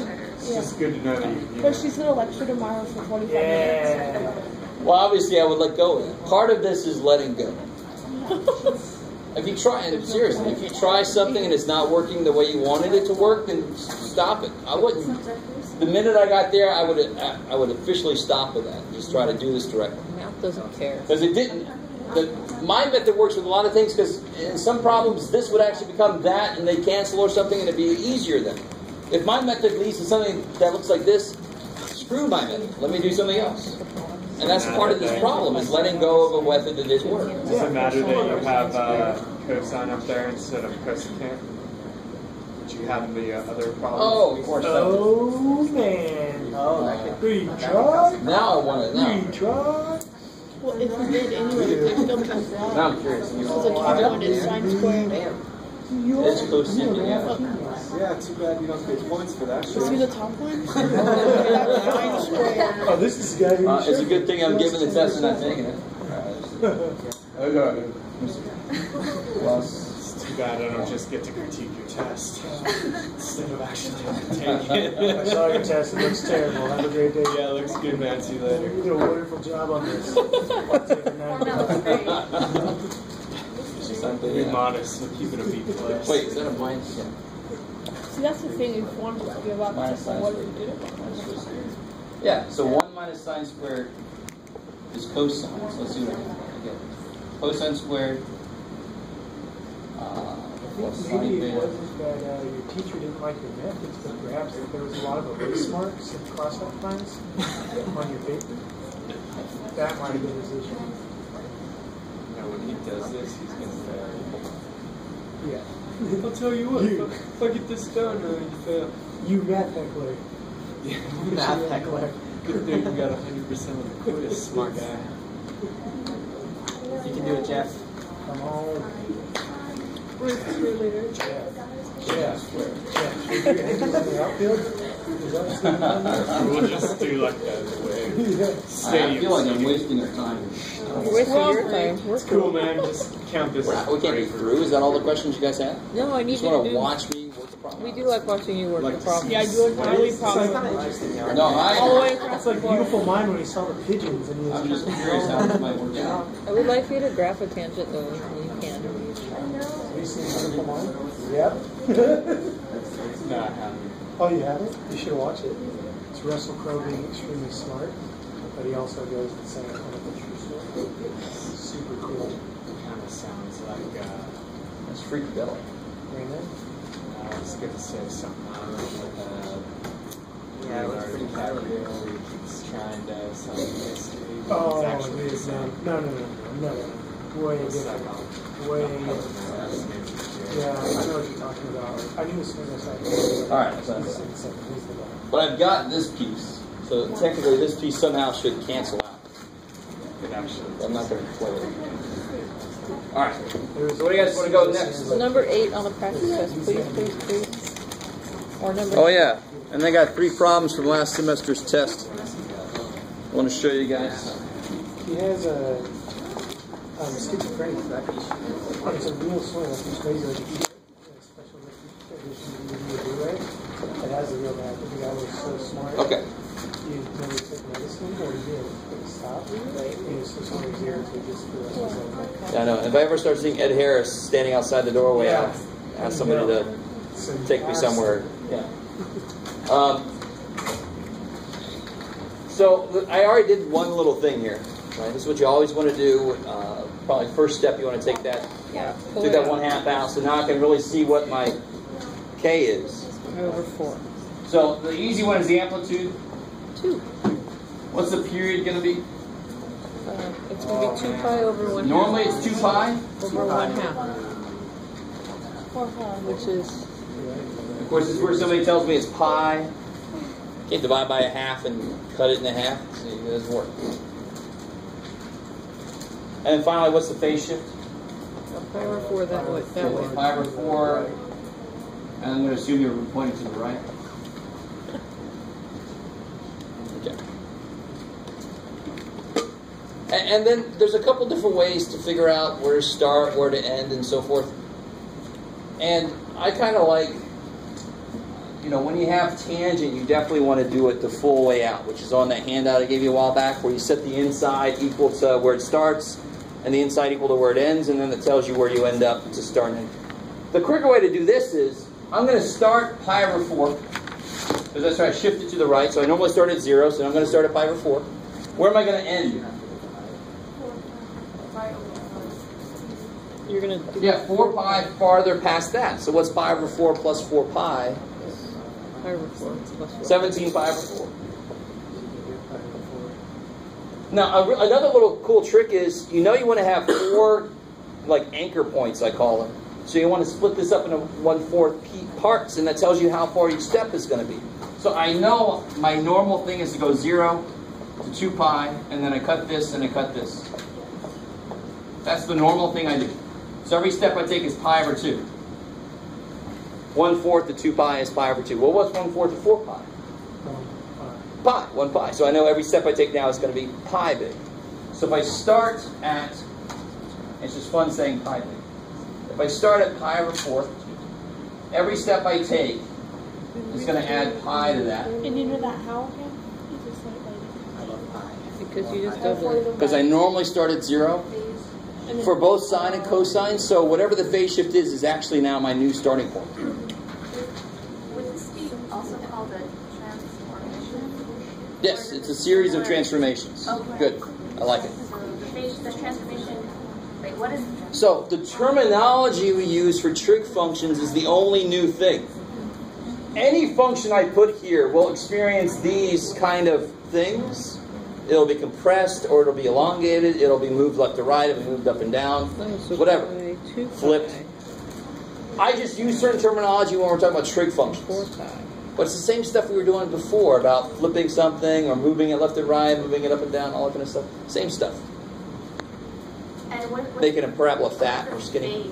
Say again? What's the phase? Phase shift, when you say you're out of phase with something, you say that, if you're out of phase, then maybe this is starting here, and then you start, you start here. So you're not in phase. Yeah, row, you're both, row. So you're out of phase by however many seconds that was. Does that make sense? Look, this is a description of the function. This is the description of a trig function. These words are specific to periodic functions, in this case, trig functions. Sure. So that's how much it takes to create a circle? Or... Which piece of this tells me how long it takes for it to go through a whole cycle? Period. The period. The phase shift is just me picking the whole thing up and moving it somewhere. Oh, you're just moving it. The phase shift is really just the shift left or right. Oh, okay. Yeah. Cool. So I start at pi over 4. Every step I take is pi big, so that's going to be 4 pi over 4 big. So that's 5 pi over 4, another 4, another 4, another 4. And I just make sure that I actually end where I knew I was supposed to end. It's kind of nice. I've got my anchor points now. It's a sine function, so I know it should start 0 and then go maximal and so forth. So it should start at 0, 2, negative 2, go up to 2, 0, negative 2, 0. Now I get confused when I'm trying to find my middle points. Like here, you said you're adding pi to each one, right? And you knew that because 1/4 of the period. Oh, okay. If I want to take 4 steps, I take 1/4 of the whole way, and that tells me how much each step is. Okay, so you're So adding 1/4 of 4 pi is pi. is pi. I'm adding it to something over 4, so I just made it 4 pi over 4. Okay. That's pi, yeah. So the, What is the point on the line? So a point on the line means that if I plug 5 pi over 4 in here, what should I get out? 2. So that's a way to check. If you plug 5 pi over 4 in here, you can take a second and check. 5 pi over 4 minus pi over 4 is 4 pi over 4. What is sine of 1/2 of that? What's sine of pi over 2? Pi over pi. What's sine of pi over 2? 5/4. No guessing. what? Root 2. Sine of pi over Root 1. 2 over 1. Sine of pi over 2 Pi over 2 is 1. 1. Oh. So and what's 1 times 2? 1 times 2 is 2. Oh boy. All right. So you remember, you're going to have a part 1 to this test where you're not allowed calculators or anything else. Part 1. You are definitely not allowed a unit circle picture at any point during the test. So. Can we draw one out? Except for the tattoo we just got. Pre-existing. You can do whatever you want to on the back of the thing when I give it to you. I don't care. We can't So- bring one in. Draw it out. Sure. Can you do number 9 now that does a tangent?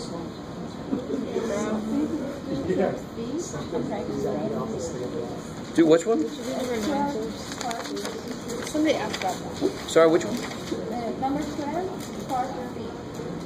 See, on 12. Oh, 12C. Yes, somebody did ask about that. Real quick, let me do the tangent one of these. Even though you guys all have the answer key. It's just fun to watch.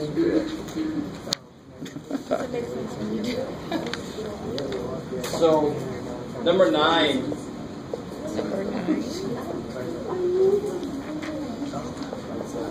Nine's easy because it's just like, fuck. I think I originally had this as a cosecant or something, but I decided to make a tangent. So when I ask you about amplitude, tangent doesn't make any sense because tangent goes to infinity, negative infinity. And beyond. So amplitude here doesn't really make any sense.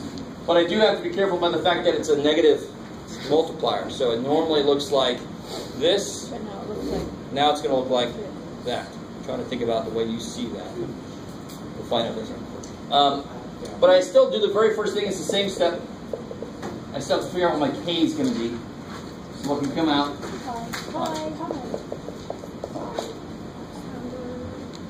So what's my period going to be now? What is tangent's period normally? pi. Pi.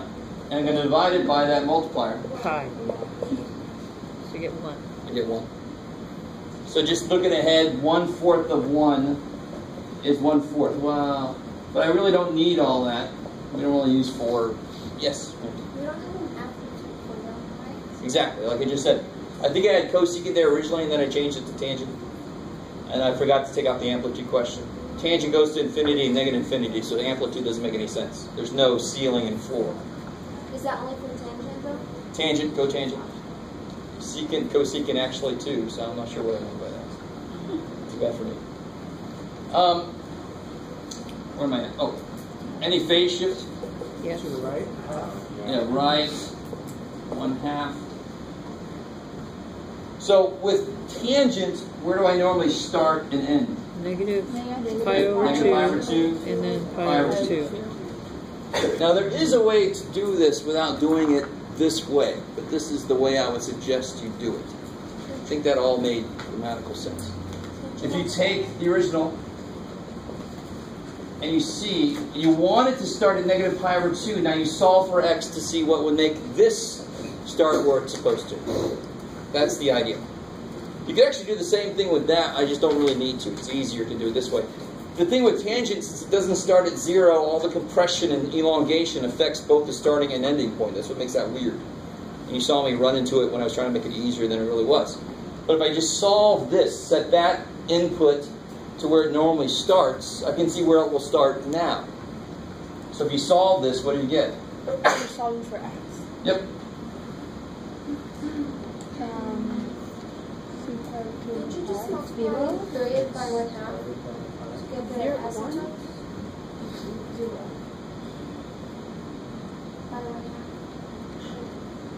Well, you got to be careful now. It all depends on where I start and end. If you multiply this by 1/2, and as long as you apply the phase shift too, yeah, that'll actually work. -1? So you have to do both of those things. That's basically what this actually does, all at once. You have to, if you do that and apply the phase shift, you'll be fine. But it doesn't work all the time, right? No. That's why this works all the time. Oh, because... So if I take this now, I'm going to start there now. Where am I going to end? Pi equals 0. Or where do I normally end? At pi over 2. That plus that is 0. So if I solve that for x, and actually I kind of already know. If I start at 0, my period's 1, I should end at 1. And sure enough, I'll get a 1 here. If I solve that. Add the pi over 2, that's a whole pi, divided by pi is 1. Cool. So I start at 0, and I end at 1. Now one thing you remember that you can actually use this for is at the quarter points, that's the output. Because at 45 degrees, that's where tangent's going to be 1 or -1 at that 45 degree reference angle. So at the quarter point, what happens right in the middle? 0. Because it goes infinity and negative infinity. But you can be a little more precise here. First thing is, it's not going to do this, it's going to do this. Second thing is, at the quarter points, it's going to be at 3 or -3. So that's where amplitude comes in at? That's where the idea of the, not really amplitude, but that number comes in, yeah. And then hopefully yours looks a little better now. Is that other asymptote -1? Or is that 0? This is 0. That's 0. Yep. And that's 1. Yep. So I have a question, like with your start and ending, what you really want to be doing is taking what's in the parentheses, equal it to where it starts, and that's your start, equal it to where it ends, and that's your end. And you could actually do that here. If this was 1/2 x minus pi over 8. If I equal that to where it starts, normally we start sine at 0. And I solve this, I'll get x is pi over 4, and where do we start? Yeah, that's a Pi lot over 4. easier. Okay. Yeah. So you could always do that if you want to. Always, for any trig function. You can set the inside equal to where it normally starts, set the inside equal to where it normally ends, and they'll tell you where it starts and ends. Bam. Yeah. Will it normally start at 0? Sine does. We consider it to start at 0. Where does it start? It's infinite, so it doesn't really start. But we think of it as starting at 0 and ending at 2 pi. 0. Like the representative cycle. Guys. So a representative cycle is sine and cosine, 0 to 2 pi. 0. And a representative cycle of tangent is negative pi over 2 to pi over 2. Who remembers for cotangent? It starts at 0 to pi. 0 to pi. And it really is based on where is it undefined. Where are those asymptotes going to be? Tangents, negative pi over 2 to pi over 2. Cotangent's going to be 0 to pi because it's going to have asymptotes at 0 and pi. Because what's on the bottom of cotangent? Why? Sine. I like it. And sine is 0 at 0 and pi. That's where the asymptotes would be for cotangent then. On the regular rectangular coordinate plane. Because the units are what throws it on. So if we didn't have that -3 on there and have the quarter marks there, that'd be like a -1 or something. Because it's also backwards, remember, because you got to flip it. I don't know. I need to see this effect somewhere. Yeah. So if you didn't have those points in there, you didn't have that there, I wouldn't see what that was really doing to the graph. Yeah. Yeah. 5, 4. Are you going to test this on section 6.4? Was it part of your homework? I think so, yeah. That's Yeah. the question. So, what do you think? 6.4 was inverse functions. Well, yeah, because that's how you find the angle. Yeah. No, I mean, I have questions about it. Okay, all right. But I have one question actually about inverse functions, sort of. Well, Number 12C.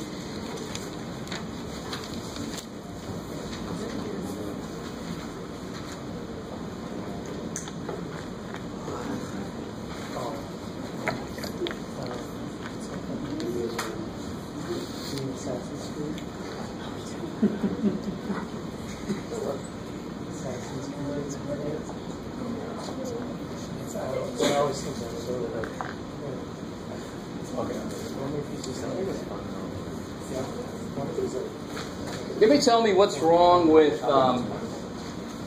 somebody wrote this down, what's wrong with this? Yeah, that's trying to say that the sine of some angle is bigger than 1. Because that's the same thing as saying sine of some unknown angle equals 7/6. That's bigger than 1, that can't be true. Yeah, undefined variable. So I gotta be careful when I make problems up that I follow that. So this makes sense and that makes sense? Good. Now this whole thing currently doesn't make a damn bit of sense, but it's part of what you don't have to memorize. I would actually give you this formula. So is this formula here tangent A plus B? It's minus B, right? Equals tan A minus tan B, 1 plus tan C. I almost have that one memorized.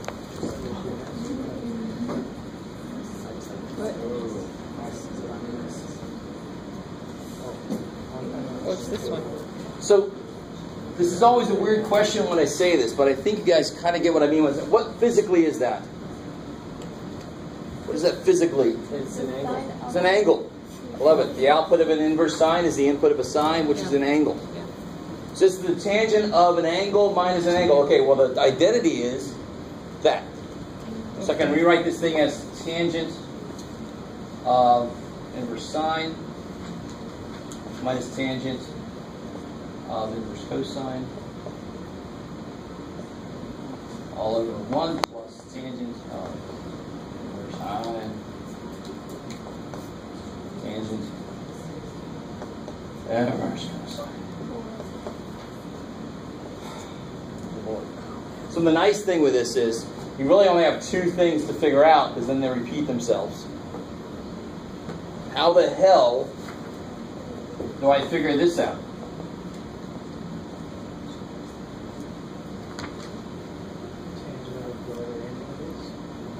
True. But I want to see an exact answer. I don't want to see any numbers. If tangent is sine over cosine, it doesn't fit. Sine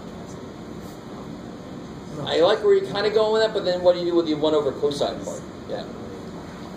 So don't forget when you see this, this sets up an angle, right? This is an angle whose sine is 3/4. Can you draw the representative triangle? Sure. If you can, then you can answer any damn question I ask you for another trig function of that angle. Yeah. So this angle sets up a triangle, a representative triangle. I have no idea where this really came from, and I don't care. If I just want to know some other ratios based off of this, all I need is the base triangle, like the reduced triangle. No idea if you know what I'm talking about.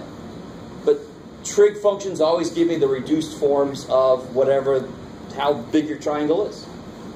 So if the sine of this angle is 3/4, where's 3, where's 4? 3 is across there. Yeah. Sure, yeah. Good Lord. Someone That scored was down interesting. there. And then to do the tangent, what am I missing? X. Good, so then this will be square root of That's what 7. I like. So the tangent of this will be Tangent of 3 over root 7. I like. is 3 over root 7. Cool. When you rationalize that, you get that. Do the same thing for tangent of inverse cosine of 1/3. Draw your triangle. Good Lord.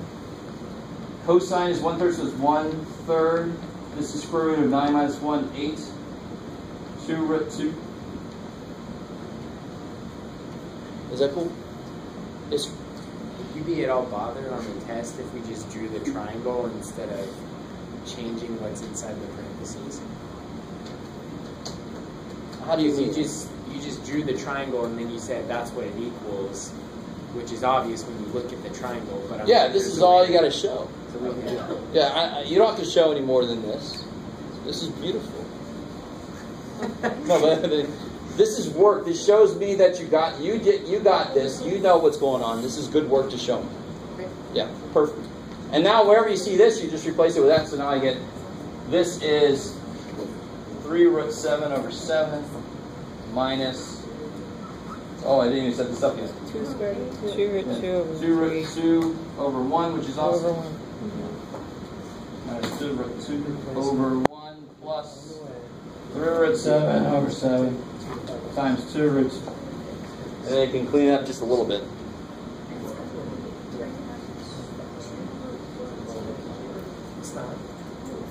Yeah, you can do 3 root 7 minus 14 root 2 over 7 plus 6 root 14. Neato. Multiply the top and bottom by 7 to clear that extra fraction out. And then multiply the stuff on the bottom there. Neato. And that's not a cube root, by the way. It's roots. Holy crap. Now you can check your work by figuring out what that is by plugging in sine inverse of 3/4 and so forth, and then take the tangent of the stuff you get and then check it against that. You can certainly do that. And you also rationalize the denominator one more time on there? Do what now? Rationalize the denominator? Oh my god, no. This is fine. Okay. Jesus. But Technically you should, but screw it. That's plenty. Yeah. All right. That's not too bad. That one? What was your question? Let's see what. Everything else you got to know that we've talked about.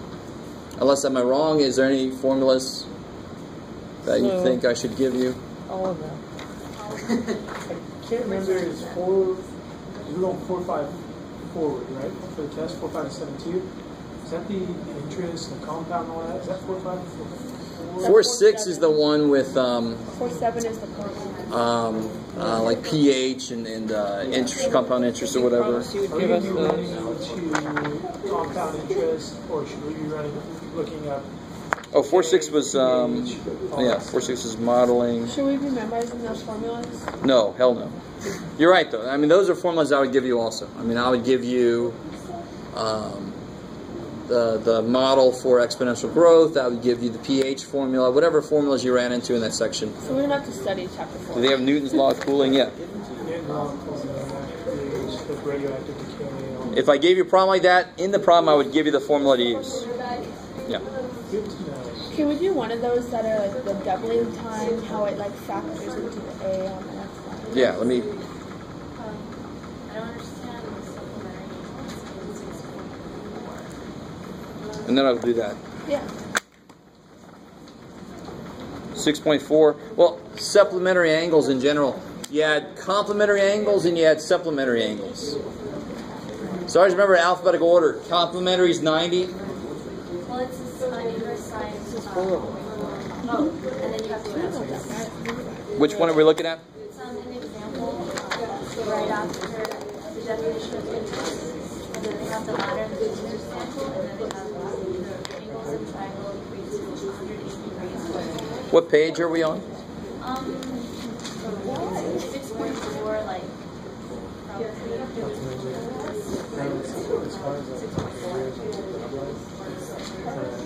it's not the homework, it's the, Yeah, I know. It's the... after the ladder, the light piece. Okay. Example 5? Oh, here we go. They take in the supplement. Guys. So you have two angles they can be anything, but you can have certain angles that are complementary, which means when you add them together you get 90 degrees.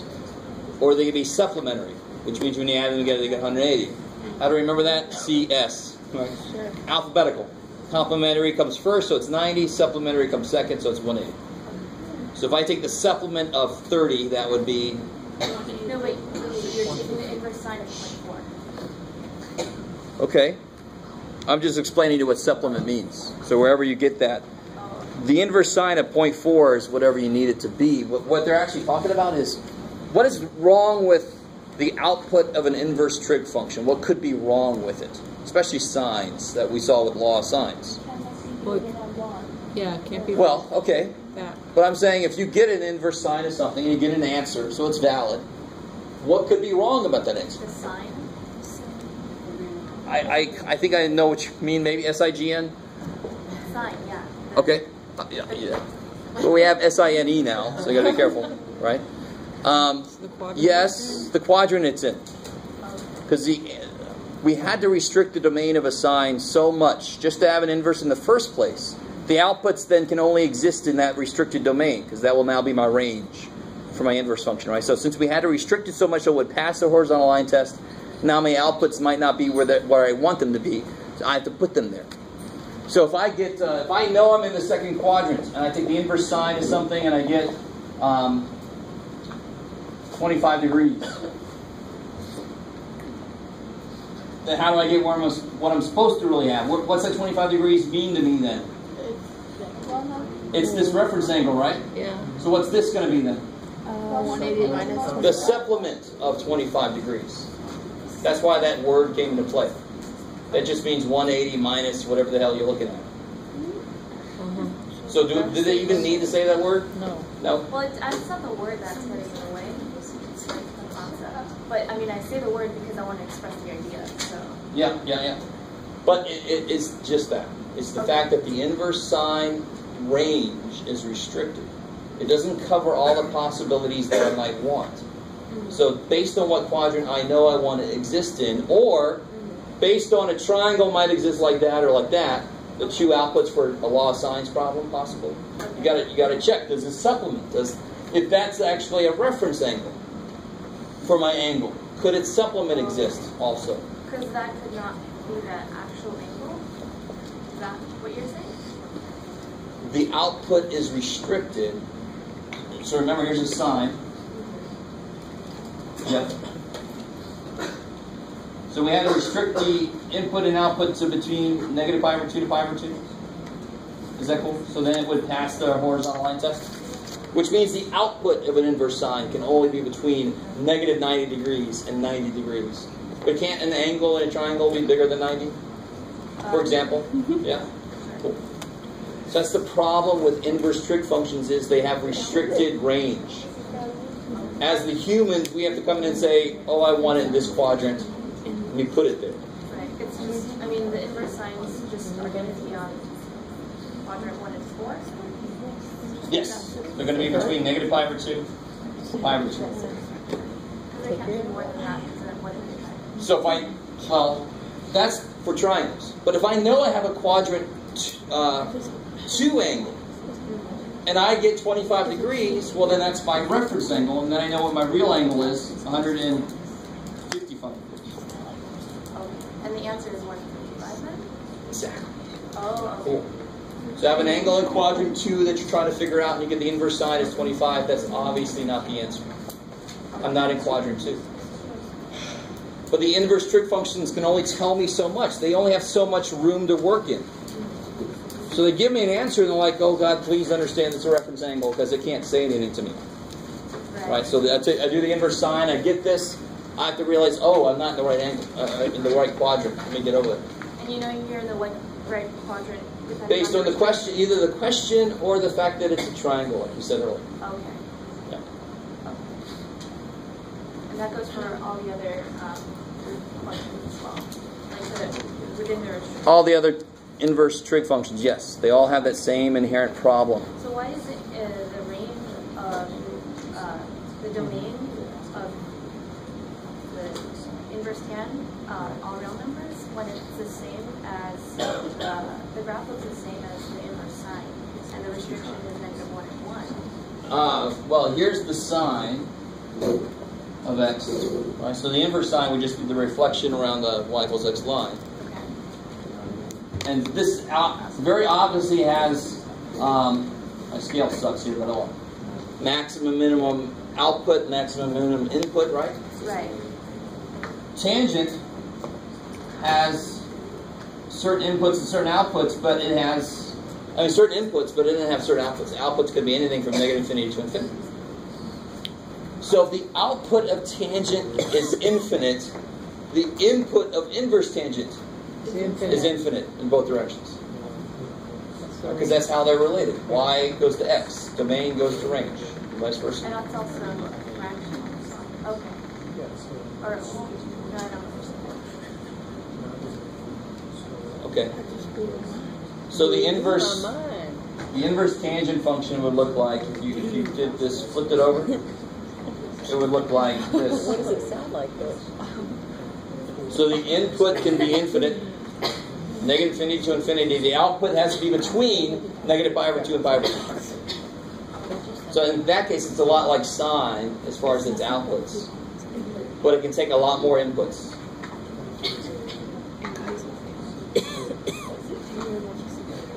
What's the tangent of 0? Let's see. Come on. 0. What's tangent of 90 degrees? 1. Zero. Undefined. Oh, because it's 0 over 1 over Infinite. 0.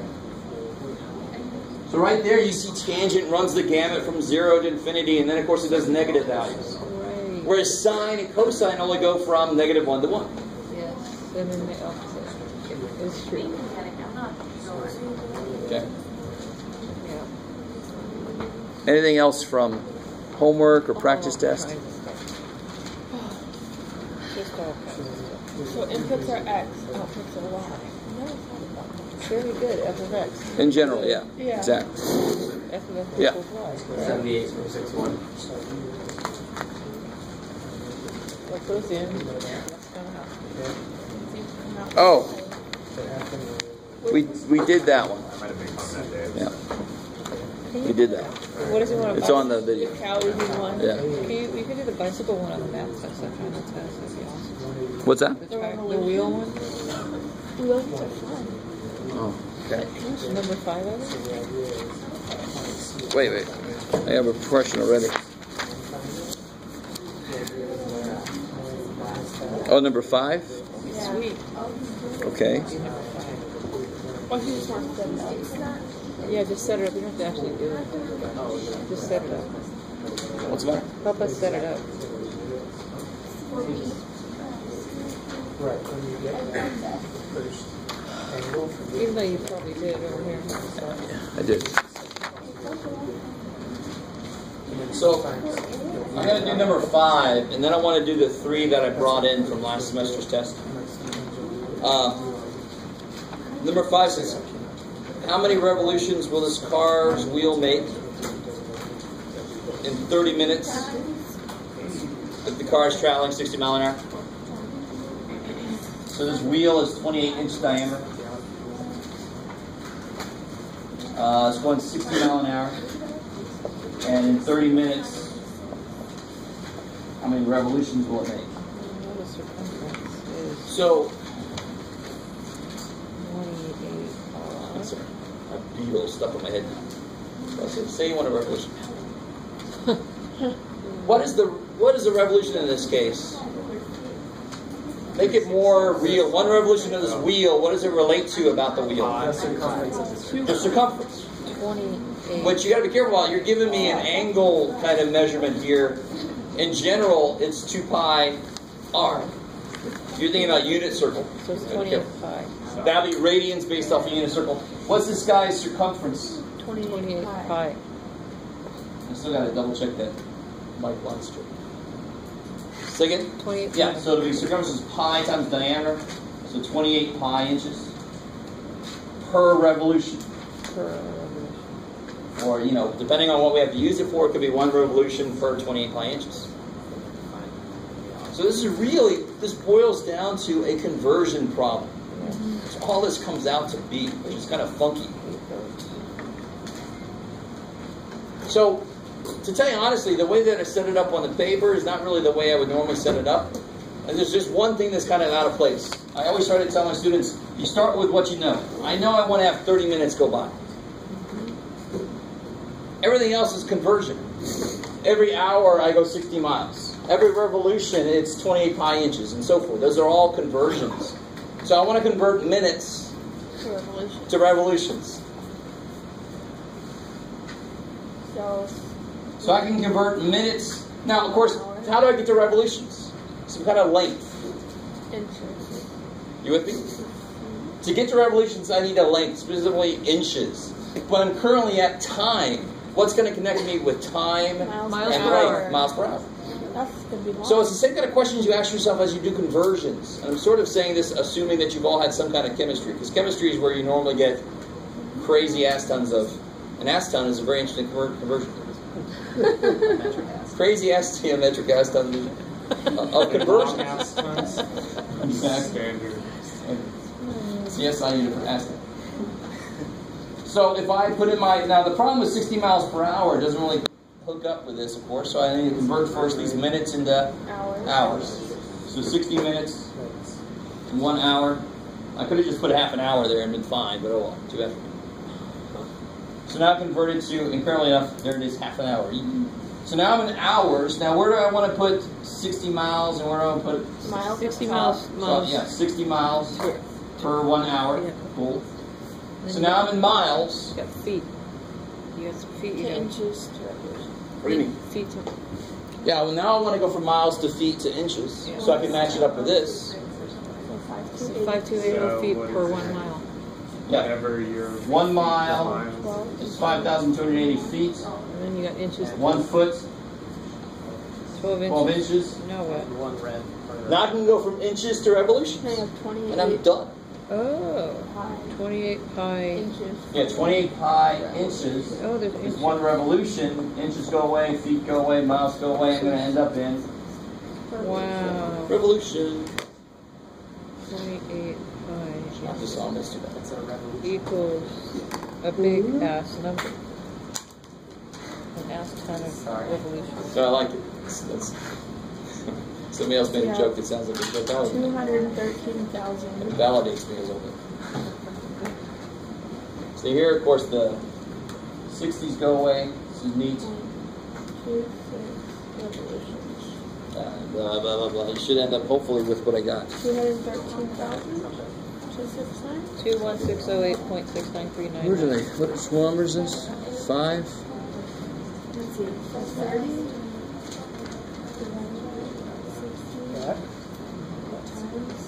Let's see if we Did I forget to divide by pi or something? I got 21,608. What did you get? I probably forgot to divide by I pi. got Don't worry. 213,269. We win. You lose. You don't have it right. I got 21608. It's 28 times 5. Oh, yeah. Dude, 19, this one? Yeah, it should be 21,608. I just didn't divide by pi. Oh, why you lose, I win. Why would you do I that? don't know, you're wrong. I'm right. Number 5. 21608.69399 revolutions per inch. Per revolution. No, just revolution. Inches per... Not per anything. Everything else canceled except for revolutions. Oh, revolutions. Correct.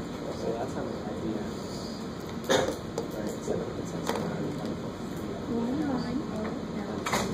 Just turn everything on top and then divide. Considering I made this answer key this morning, and I found I couldn't find my old answer key. Because I first times everything. And Okay, then I with divided missing it. code. I'm averaging about a 98 point answer key, so it's not Oh, an A plus. just still pass my class. Muy bien. Yeah. Yeah, it should be this. On there, I just forgot to divide by pi. I forgot the pi on the bottom. You ate the pie. That little dude there? Just left him out. Totally did. Somebody stole it. Took it right off my apple pie.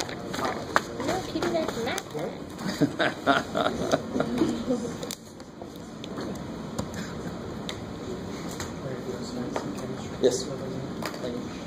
Really fast, did you go over, like, I'm not really familiar with this method of conversion. The really awesome thing with this method is it's all about, first you figure out the path you want to take. And I sort of did that real quickly. I said we start off in time.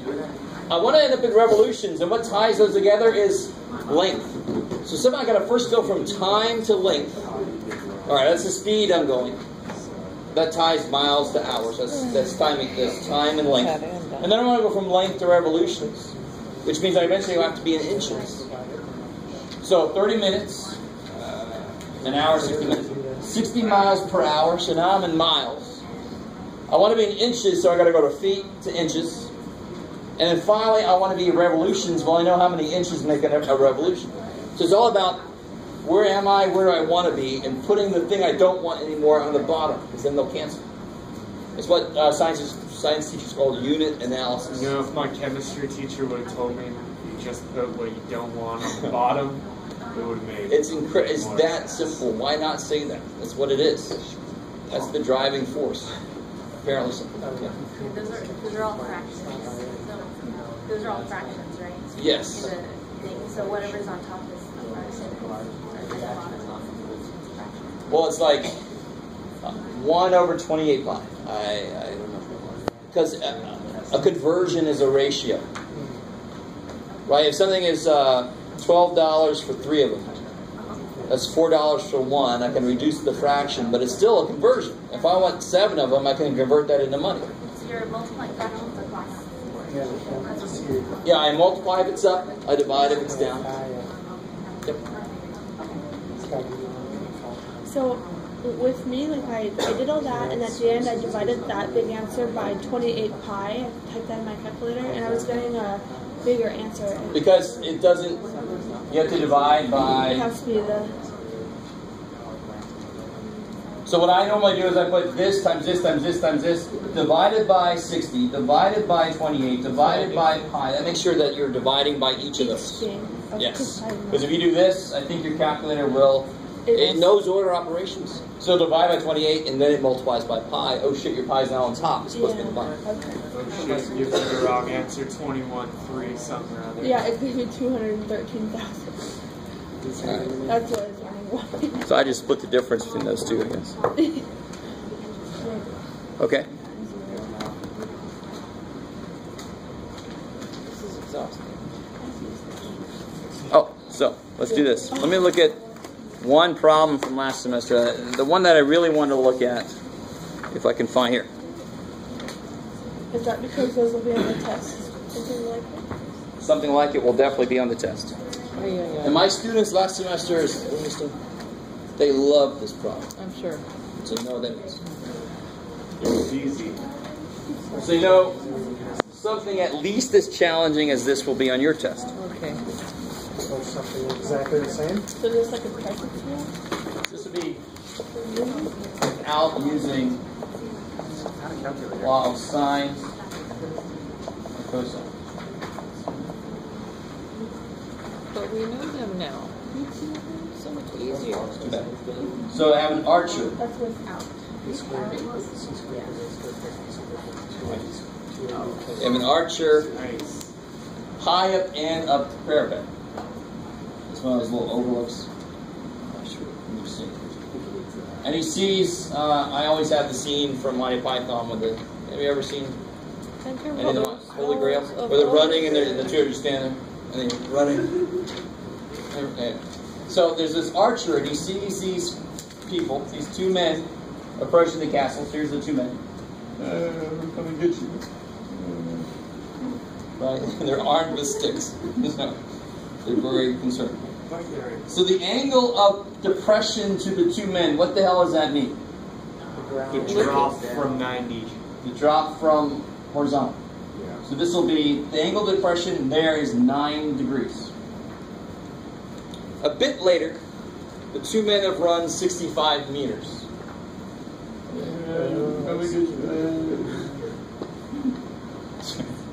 And now the angle of depression is 19 degrees.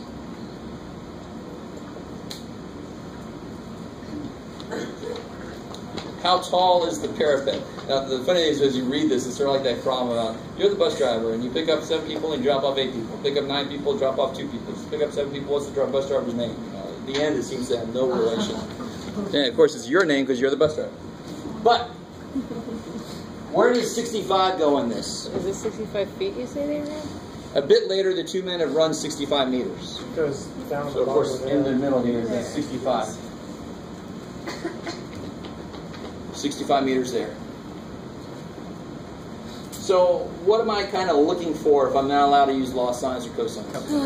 Well, I'm trying to look for right triangles. triangles. Yeah. So, of course, kind of dropping straight down from the